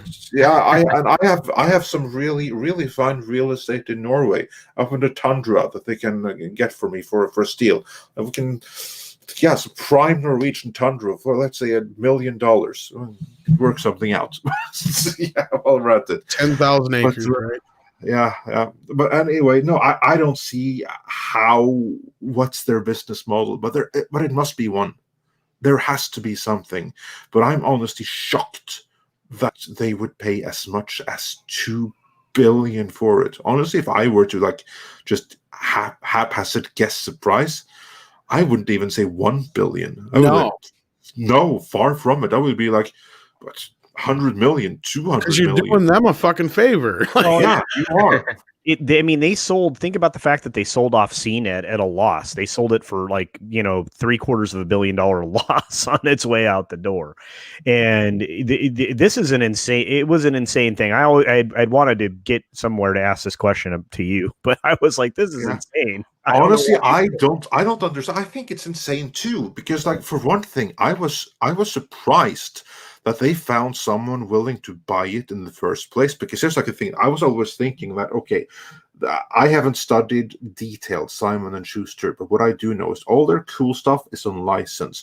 So let's just say hypothetically that, fine, you get to keep the catalog, and even that may be a push or may even be a stretch, but you don't get the right to create any new works on those brands unless they renew the license. And then you have to have all the license fees, everything that goes with that. You're going to have all of the hardware and all the machine stuff that's rapidly becoming obsolete. Oh, yeah. Because who reads print anymore? So that someone would buy it, yeah, I can see that. But they would get it at a steal. I was thinking that if Viacom CBS could get as much as 100 million, which even I thought that's a ridiculously overpriced thing, and then they get 20 times that amount, it's a complete mystery to me. So it'll be interesting to see what they do with it, because I can't fathom it. Anyway, well, thanks, Andre. I didn't mean to open that kettle of fish. No, that's how we roll. That's what we do. Yeah, we open cattle. Well, that answers where CBS got some fucking money from, anyway. Yeah. Well, and think about it. It does help them out. I mean, you're looking at a $2 billion dent in that $19 billion hole. You know what I mean? I mean, that's money. They need that. Yeah. They probably can't believe their luck. They're they knew they had to sell, but they were like, oh my God, we don't have to sell at the loss. Someone is they're toasting right now over that thing still. Yeah. They're really hoping that none of that's going to go away. But anyway, let's get back to the super chats, because we weren't done with those. You already said the one from Phil Moore and from Tax Shark, and we addressed Miguel Hernandez, and then we have Matrose, who sent us 50 Swedish krona, tack så mycket, who says Boba will die as Mando. Mando takes the Boba name / armor to keep the child safe. That's an interesting prediction, and we shall know in just a few days. Who knows? We'll wait and see. And Jack Bauer says, I think there's a high likelihood Boba dies. If he does, Star Wars is dead to me. bringing back a character after 40 years to kill him after 3 episodes. Yeah, they did that in the sequel trilogy 3 times. Yeah, and it sucked each and every one of them, didn't it? It did. Yeah. And Nathan Marchi says, please upload videos and streams to BitChute and or Rumble. I'm a huge fan of yours and want to keep watching, but not a fan of YouTube. You have been meaning to look into that, so thanks for reminding me. And Eski Monophono says, Didn't Disney want Mulan to only release in theaters but changed it later? Could be misremembering. No, you're not. They originally wanted Mulan to be, of course, exclusively in theaters, and then they changed their minds when situation called for it. And you can bet that they're going to do the same thing with Black Widow if they decide that situation calls for that. Because as it is right now, the entire MCU is now 1 year behind schedule. And they're not gaining any more interest, let's say. And the longer the time is with no MCU on screen, the more and more people are going to get over it. And as they get over it, it's going to get difficult to get into it. And I think they're challenged. Like script, you've said this before, like the person that wrote Black Widow, that's not the best of writers, is it? Well, the person who wrote Black Widow, no, it's the person who wrote Wonder Woman is not the best of writers, and he's also writing Shang-Chi. Black Widow, I really haven't been paying much attention to in the last few months, just because it's too little too late in my book. I mean, the movie should have been made and shot and released like 5 years ago. But no, I think Black Widow will probably do okay. But yeah. I mean, mostly in popularity. I don't know about the financial means of it. Like it's all up in the air right now. We have, I mean, I'm pretty sure it's going to be a day and date thing, and yeah, it's going to change the game. But for now, I'm not too worried about the quality of Black Widow. I think it's going to fit within the formula. It's Wonder Woman 84 and Shang-Chi that I have my reservations for, because how about Shang-Chi? Is that more pandering to the Middle Kingdom? Well, I mean, Disney thinks so, but that's not what China really responds to. Yeah, we know that, but if they have made it so that that may not win them any favors with the audience if the movie is more overt propaganda. I don't know that it is, but if it is Mulan all over again, then that's it's not going to win them any popularity contest, is it? Not with certain people, that's for sure. You were going to say something, Culture? Oh no, it already got nailed. That's the problem, is you guys are guys always get in front of me on stuff like that. But yeah, I just in regards to Black Widow, however, my interest in it has dwindled with the projections that went along with it. So there you are. And as far as Mulan's projections headed into even its theatrical release were starting to head downwards as well. So these two films were already going to fare very poorly. Yeah, because I think down the. Oh, sorry. Go ahead, Andre. Sorry. Yeah, no, because I think that the challenge for the MCU is that, for one thing, it's been way too long a gap now with nothing from the MCU, and when content ramps up again, I think that we have a few projects that we just have to get through that no one really cares about until we get to like the interesting projects. I could be wrong. Maybe everybody loves WandaVision. Maybe that's going to be amazing. But I'm kind of the opinion that the thing that most people can get excited for is Doctor Strange and the Multiverse of Madness. And that's still a long time in the future. Yeah, I think you're right there. The other part too that Marvel has over a lot of the other competing studios is they have a writers team group for their films. So even though Black Widow is coming out, it has here it is in the private chat. Jacqueline Schaefer, yeah. So she's a very new writer. She's only been around 11 years getting some stuff made, but she's not like all on her own on this. She's got all those other support groups. Same thing with Dave Callahan for Shang-Chi. They've got support systems and infrastructure for how the story's going. It's basically just kind of like a filling in the blank sort of job for them to on the worst side of things. On the best side of things for them, they actually have creative control, but we know Marvel and Disney aren't really big on that.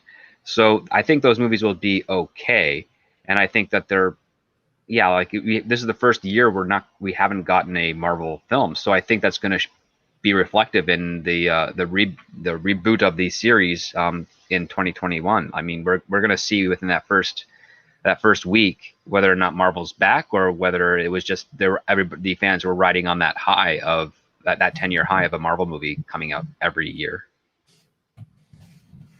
Yeah, indeed, that will be interesting to see. And moving on with the super chats, we're almost caught up now. Space Monkey 0899 says, Funimation in Sony Online. Can't you all for 1 billion? I'll bring anime in. I don't have a spare billion. What he's saying, but I do not have a spare billion, and if I did, I wouldn't be buying Funimation. But that's me. Yeah, Likewise. I certainly would not donate it to Sony for them to buy Funimation. They wouldn't do that either. Sony already owns them. I think they bought them for $1 billion. Is that what he's saying? I don't know. Sony bought Crunchyroll. That's okay. I'm not sure. Well, I thought they already owned Funimation. I don't follow too much on the anime side of things. I don't know how much they paid for Funimation, but I think they bought them a couple of years back. If I'm not mistaken. I could be wrong. Yeah. Neil. Okay, there you go. Yeah. Sony bought Crunchyroll, and with Funimation, they have a monopoly over the anime industry distribution in the West. Okay. Yeah. Well, good for them. Personally, I honestly, I'm not into animation myself, so I hope that they do well. But someone else who's into animation would have to answer that. But that's actually. But yeah, going back to his point, I think that if you were to acquire Sony, then you would get the distribution rights to all of animation in the West. I'm sure that Netflix would like that, because that would mean that for anyone that likes anime, they would have to get it on Netflix, because it would be nowhere else. Exclusivity. So that's actually a good reason to buy Sony. That's actually a very, very good point. Not just for Netflix, but for Apple or for anyone that thinks that there's a market for animation. And there is absolutely, but you would get that in addition to the TV catalog with the Sony acquisition. So yeah. Good point. Interestingly enough, the going back to the announcement for the Star Wars projects, I think Visions is an anime style presentation. If I'm not mistaken. Yeah. So. Well, and the funny thing, people keep saying it's a monopoly. I don't know if you could put that tag on it, because they're not making the anime; they're just distributing it. So, and I think they're also doing the English dubs as well, which is a lot cheaper than just making the full anime. Well, my point is that they're not stopping anybody else from getting into the game. That's true. Necessarily, unless they have exclusive rights to these deals, then there may be an argument to be made. But again, that's going to be one thing going forward with all these streaming services. The exclusivity of everything is going to be, you're only going to be able to see certain things in certain places. So you're going to have to pick, especially if you're somebody who's on a budget and can't afford 12 streaming services, which most of us can't. I mean, that's just the way it is. I mean, we can't afford cable in most places anymore. How are we going to afford more than 2 or 3 streaming services is beyond me. But regardless, that's going to be the big thing, though, is you're going to have to break down, or you're going to have to bounce around, or, sail the high seas. But if you do, what should you do, Andre? Well, you should get Surfshark VPN, and you should use the code midnight when you order. That's what you should do for universally for stuff like that. That'll sort out any geo-blocking restrictions, and if you want to do what we say that you should not do, and what Surfshark says that you also should not do, namely sailing the high seas. But if you want to do it anyway, then you need to protect your security, and Surfshark kind of does that. So yeah. I use Surfshark. It's awesome. Likewise. Exactly. There you go. So you see here, you have 4 and 4 people on the panel recommend you use Surfshark and check out with the code Midnight. And you get a really nice deal for it as well. You get like months off for free. And with that plug out of the way, we have a couple of more super chats before we're fully caught up. Next one was from Roof Korea 92. I love that name. What happens with the sword of Damocles hanging over the studios as far as production costs, actor salaries, and equipment? Disney Plus can't pay for it all. Script and well. our guests, what do you think of this? I want to hear what you have to say about this. Well, Disney has a plan. The Mandalorian is the example of the future. It's basically cost-cutting. I mean, it's very expensive to build, but in the long run, it's a cost-cutting and time-saving endeavor with their stagecraft technology that they own outright so far. Yep. And they said in their investors meeting that they're constructing newer studios of this, and the goal is that with this stagecraft, every studio can operate 24/7, and have multiple productions going on almost at the same time. And the reason being is you don't need to build massive sets. You just need your key points, your props, your costumes, your actors, your crew. That can all be brought in about 2-3 hours, set up. You start rolling, and then you take it all down, you leave, and then another production comes in right afterwards and can do the exact, and they don't have to rebuild anything on the inside. They just got to do their sets and start rolling camera.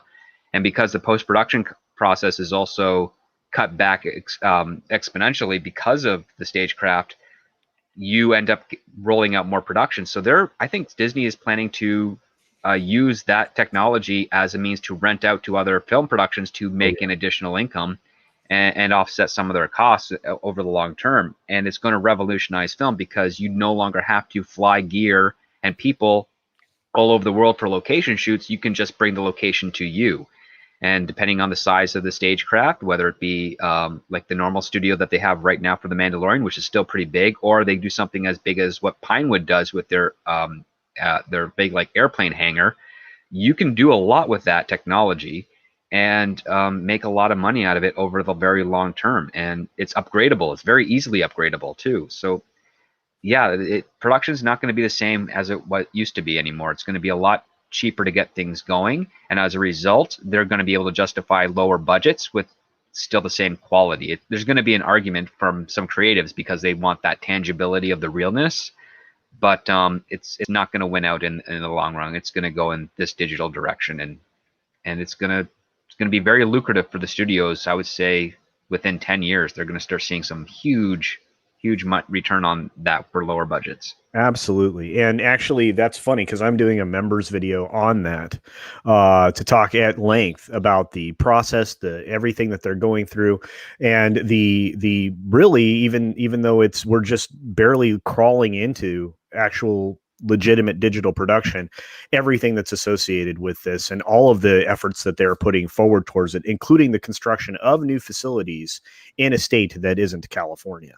So yeah, the simple fact that you'll have 6 to 8 post-production crews on site ready to help create in real time any asset that you need in the background, it gives the actors something to act against, and you end up with a final shot even right there on the soundstage. It's going to be amazing. Yeah, I agree completely. I think that in addition to Disney Plus is a huge potential source of revenue to Disney. As you mentioned, that they like own this technology, and there's going to be many people that make like spin-offs and everything, but they can do this first. They're like building a separate facility and like lease that out to their competitors. All they have to do is basically just price out the competition, but still bake in a fat revenue for them, and everyone kind of wins. Then they get to profit off of their competitors' movies and productions, and it's still going to be cheaper for those competitors to do with Disney Mando style than the traditional style. So I agree, that is absolutely the future of special effects filmmaking. You can do anything. I mean, everyone knows that I'm like completely hyped about like this Conan thing that I hope is going to be awesome on Netflix. Even with that, imagine how much money can be saved with that, with like ancient ruins and everything like that. Oh like, yeah, it's perfect for it. You can film everything there, right there, and yeah. See, the only flaw that Stagecraft has to overcome, and it's something that I wasn't thinking about prior to, but after seeing this recent episode of The Mandalorian, I realized, oh boy, they have to figure out their perspective and distance timing when it comes to, say, a car chase, because they had this scene where the Mandalorian's on top of a juggernaut transport truck, and it's moving away, but the background is not in proper sync of being distanced out from the object. So it looks almost like the background's moving slower than the actual action that's happening on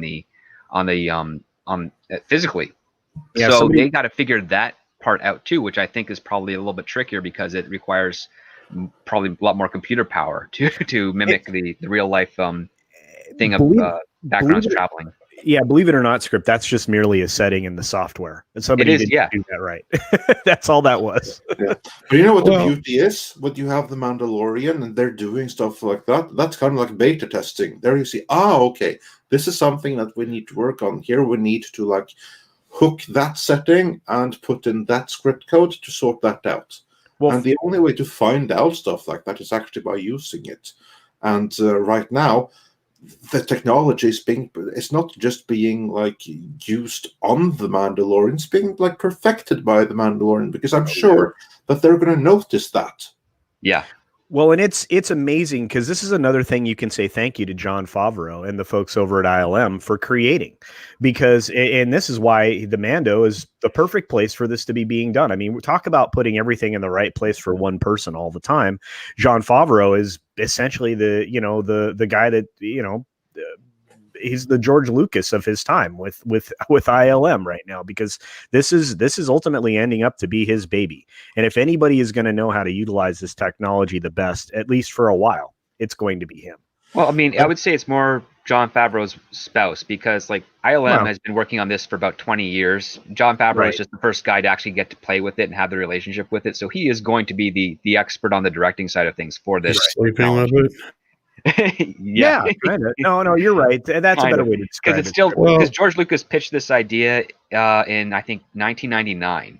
Yeah, it's like we need to be able to do live interactions with the background, and the first version of this was for their Star Wars TV series that they filmed most of, that they never happened, where it was all in camera. So the actors were still acting against the green screen, but the director could see the background in real time with those actors. Right. And now they've come full circle where now the background and the actors are all in real time, and everybody can see everything, and you're photographing it right into the camera live.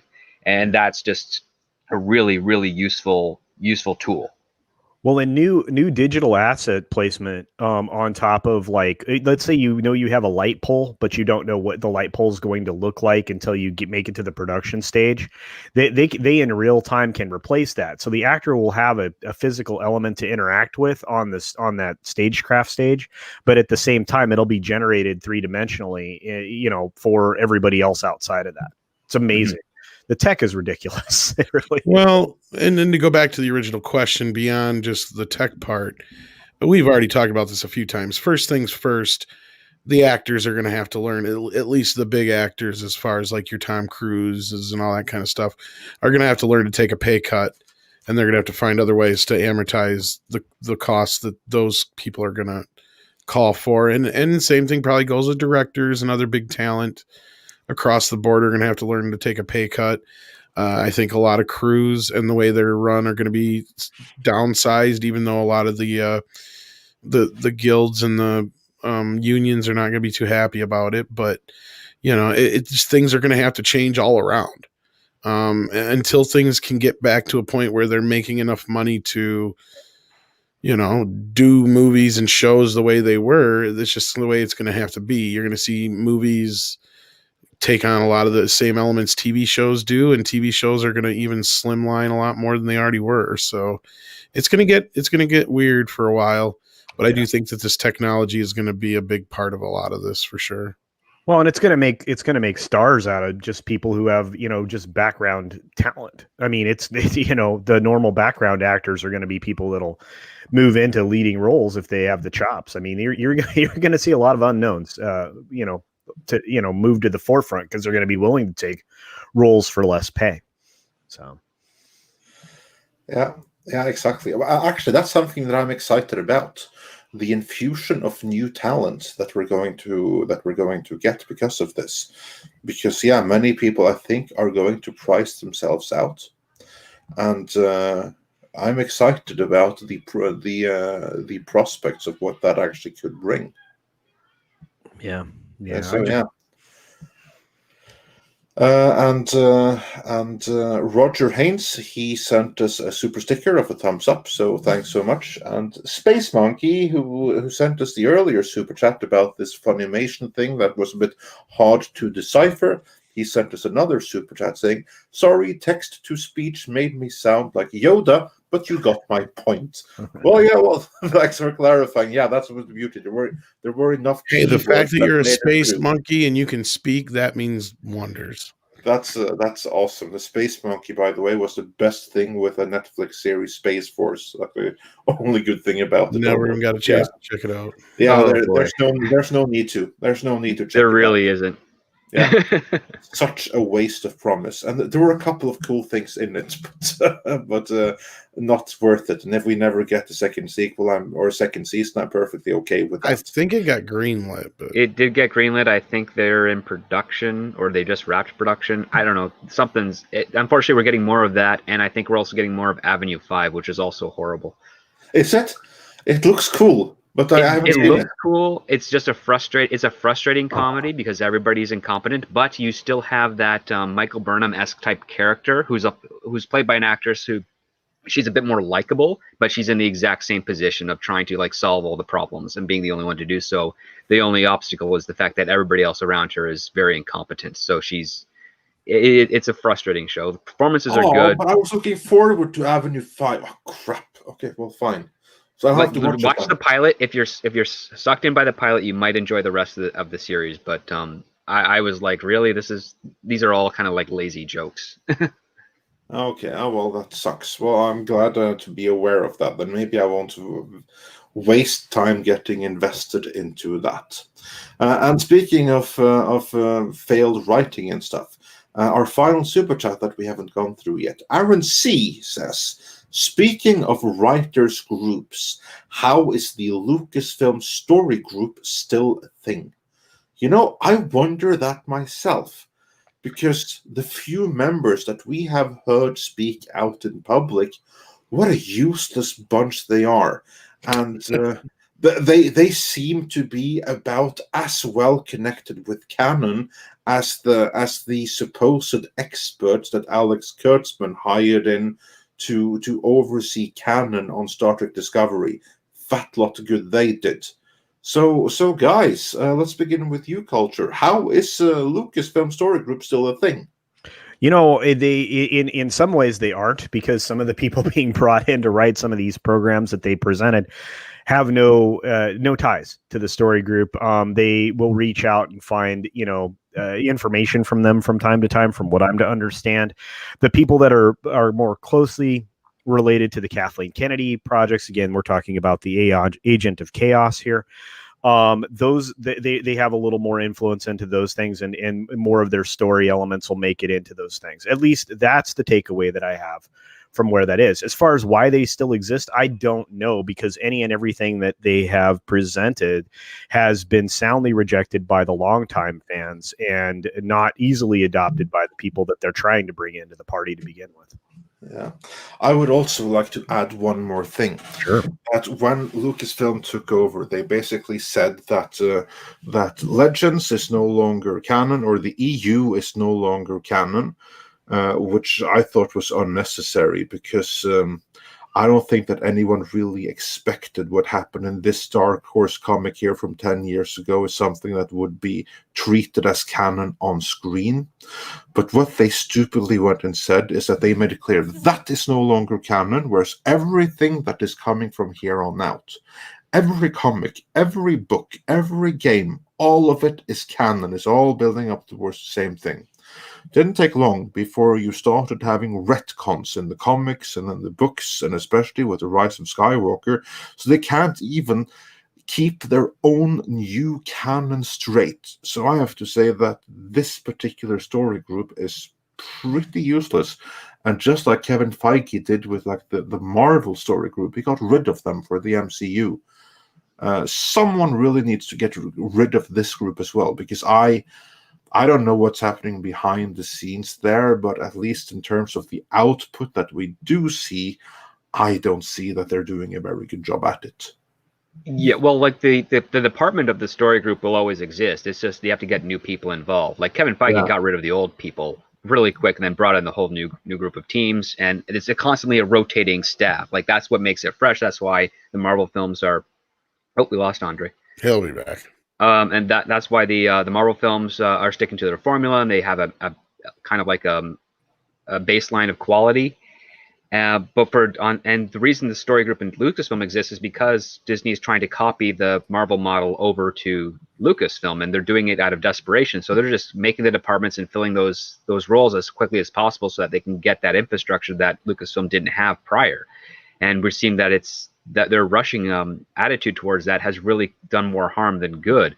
So yeah, like the story group they have now, those people, they're not qualified for this genre. They're probably qualified for a lot of other things and other genres, other shows, but not Star Wars, and they will need to have to be replaced. But until Disney's willing to expand their horizons with the types of writers and creatives that they want for their show, we're going to be stuck with this group for a while, as long as Kathleen Kennedy's in charge too. Very good. Well, it'll be interesting to see if they get any work with all these new shows that are happening. And then we also had a question from Martin Allen. Do you think deep fake will get more popular? Yes. Yeah. There's a lot of new things they can do with the deep faking. Not only it's also going to save time on special effects makeup, because say they just get an actor and they cast a stone of their head, and then the special effects guys can put on like a prosthetic on that stone part, do a deep fake scan of it, and because the algorithm technology can move the artificial sculpt on its own, the actor just has to go on camera, do their scenes, and then the deep fake can be layered over top of that without any makeup prosthetics. And they can do it in real time. Yeah, and plus it can be done in real time, and on top of that as well, any sort of issues that they have in camera with that asset, they can tweak in post-production. So no one has to go, like, you don't even have to put makeup on the actor and then do a deep fake scan of them first. You just have to do it on the model of their face, of a physical model of their face that you've already cast in stone that they do anyways, and you're kind of good to go. It's really remarkable. It's going to get better before it gets worse. And the only thing deepfake really has to worry about is the profiling, like when an actor turns their face 90 degrees away from the camera, because that's where you can kind of catch the flaws more than anything else. Yeah. On that note, first of all, I have to say that I agree completely. More than that, if you go back to an earlier episode of Midnight's Edge in the Morning, actually, Midnight's Edge in the Morning, episode 13, there we had filmmaker and special effects artist extraordinaire Gary J. Tunnicliffe on, and he's a big proponent of deep faking and what that can do. So go check that out, because there we had the full episode devoted to it. And that's basically the same thing that he was saying. And he is someone that has spent his career, or much of his career, I should say rather, applying makeup effects to actors, and he says the same thing that you say. What you can do here is that you apply the makeup once, and then you photograph it from every single angle in really, really high resolution, and after that first day, you deep fake it onto the actor, instead of making like 60 to 100 sets of appliances that aren't cheap, that are to be glued on every single day. So yeah, I think that deep faking will be very, very popular going forward. So you're going to have a situation where you have the Mando backgrounds, and you have deep faked foregrounds and actors. And not only that, you can even like deep fake the appearances of actors at certain ages. Like, for instance, say that Gal Gadot, she can do like a scan and of herself. And she And can then play you Wonder can Woman for deep 40 fake. years. Yeah. Yeah, you can deep fake herself at her current age the next 20 years going forward. Same as everyone. That's like a thing with like many actors and stuff, especially for like genre roles that they tend to like age out of their roles. Well, with deep faking, that need not be a problem. And of course, you can't go back and do it anymore because you don't have the footage for all the angles and everything. So, like, you can there's like a limit to like, for instance, making Arnold Schwarzenegger look like he did in 1984, back during the Terminator 1 era. There's only so much you can do with that. But you go to a proper facility and film an actor today in every angle and every kind of scan that they need. Like, sky's the limit for what they can do in the future with stopping time. Yeah. And it's really impressive, but it also gives the makeup artists a little bit extra time, because sometimes they get a project just maybe a few weeks before it actually goes into production, with regards to like they get their concepts and then it's greenlit, but then they can say, you know what, since I don't have to keep on applying this makeup over and over and over again, and they're maybe able to spend more time on the shooting side of things than push back their start date just a little, I get those extra days or weeks to really make this one prosthetic that I have to make the best one I can, with all the fine details and everything that can really show up on that scan. And then you end up having just working on one piece, as opposed to having to make replicas of that over and over, because they make the initial appliance, then they put cast a mold over top of it to make copies. And now they don't even have to do that. They just have to focus on the one. So they're saving themselves a lot of time on the after part of that for the copies. Oh, absolutely. And going straight into like that final project, the final output in the first go. And it's really great. So yeah, I'm looking forward to it. Yeah. It's pretty amazing. And I'll say this just to add to that very quickly, that and the ability to do the 3D scan that everybody's referencing here, but for those in that same circumstance script, they're actually able to recreate those appliances many times because of 3D printing. Because once that appliance has been scanned, they can reprint it in Filaflex or any other type of material that's flexible and get exactly the same look in the same way every single time, in the same shape, same size, etc. It's amazing. Yeah, there you go. And moving on, we had sending us a diamond super sticker, so thank you for that. And then we had the final super chat of the day, I think. Roof Korean 92 again says, your opinions on S. Craig Zalid writing / directing. Again, I will leave it to our panel, to our guests. Bone Tomahawk is still creepy and well done. So yeah, I dig him so far. I'm not too familiar with his work, honestly, so I don't have an opinion.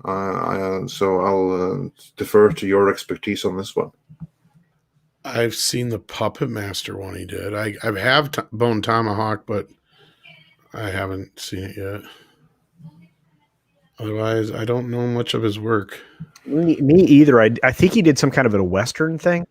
Bone Tomahawk, and I think Brawl and Cell Block 99, Puppet Master, Littlest Reich, Dragged Across Concrete. Those are all the movies he's written, and he's directed the last three: Bone Tomahawk, Brawl and Cell, Block 99, and Dragged Across Concrete are the ones he's directed. Okay. Yeah. I said, I haven't seen Bone Tomahawk yet, but yeah. Yeah, and again, I'm not familiar with his work. I don't know that I've seen a single thing that he's done, so I cannot. I have no opinion on the subject. And with that, I do believe I'm going to do a double check here, but I do believe that we are probably fully caught up. All right. And as far as this goes, Anthony, it's all up to the estates. Yep. So basically, if an estate says that somebody can, if Elvis's estate says they can use him in a deep fake deal and use him to sell soap, there's nothing we can do. We're going to see some Elvis soap. Yeah, Oh, that's, there you go. that's exactly He's all soaked how up. it is. Yeah. So, but again, that's something that can be addressed right now by the actors and their agents. But for things in the past, it's entirely up to the estate. And if the estate is willing to get some extra money, then yeah, you're gonna get Pink Panther Part 6 starring Peter Sellers and Elvis soap. And yeah, all other ridiculous like that. So yeah, just wait for it. Good times. Speaking of good times, I would like to thank our two distinguished guests for joining us today. It's been a pleasure to have you on, as always. Yeah. Oh, Well, yeah. and- Thanks so much for inviting. Yeah, I me truly and appreciate Culture. Yeah, I truly appreciate the invite, and I love to hang out with everyone here. So it's a win-win for everybody, including our audience. So thank you. Well, and speaking of our audience, I want to thank them. The reason the show went as long as it did, and we had so much to talk about, is you guys are asking so many great questions in the chat, and the super chats, of course, do so much to help us here at the channel. We do appreciate that. So thank you so much. Yes, thank you. And with that, thanks again, and have a great day.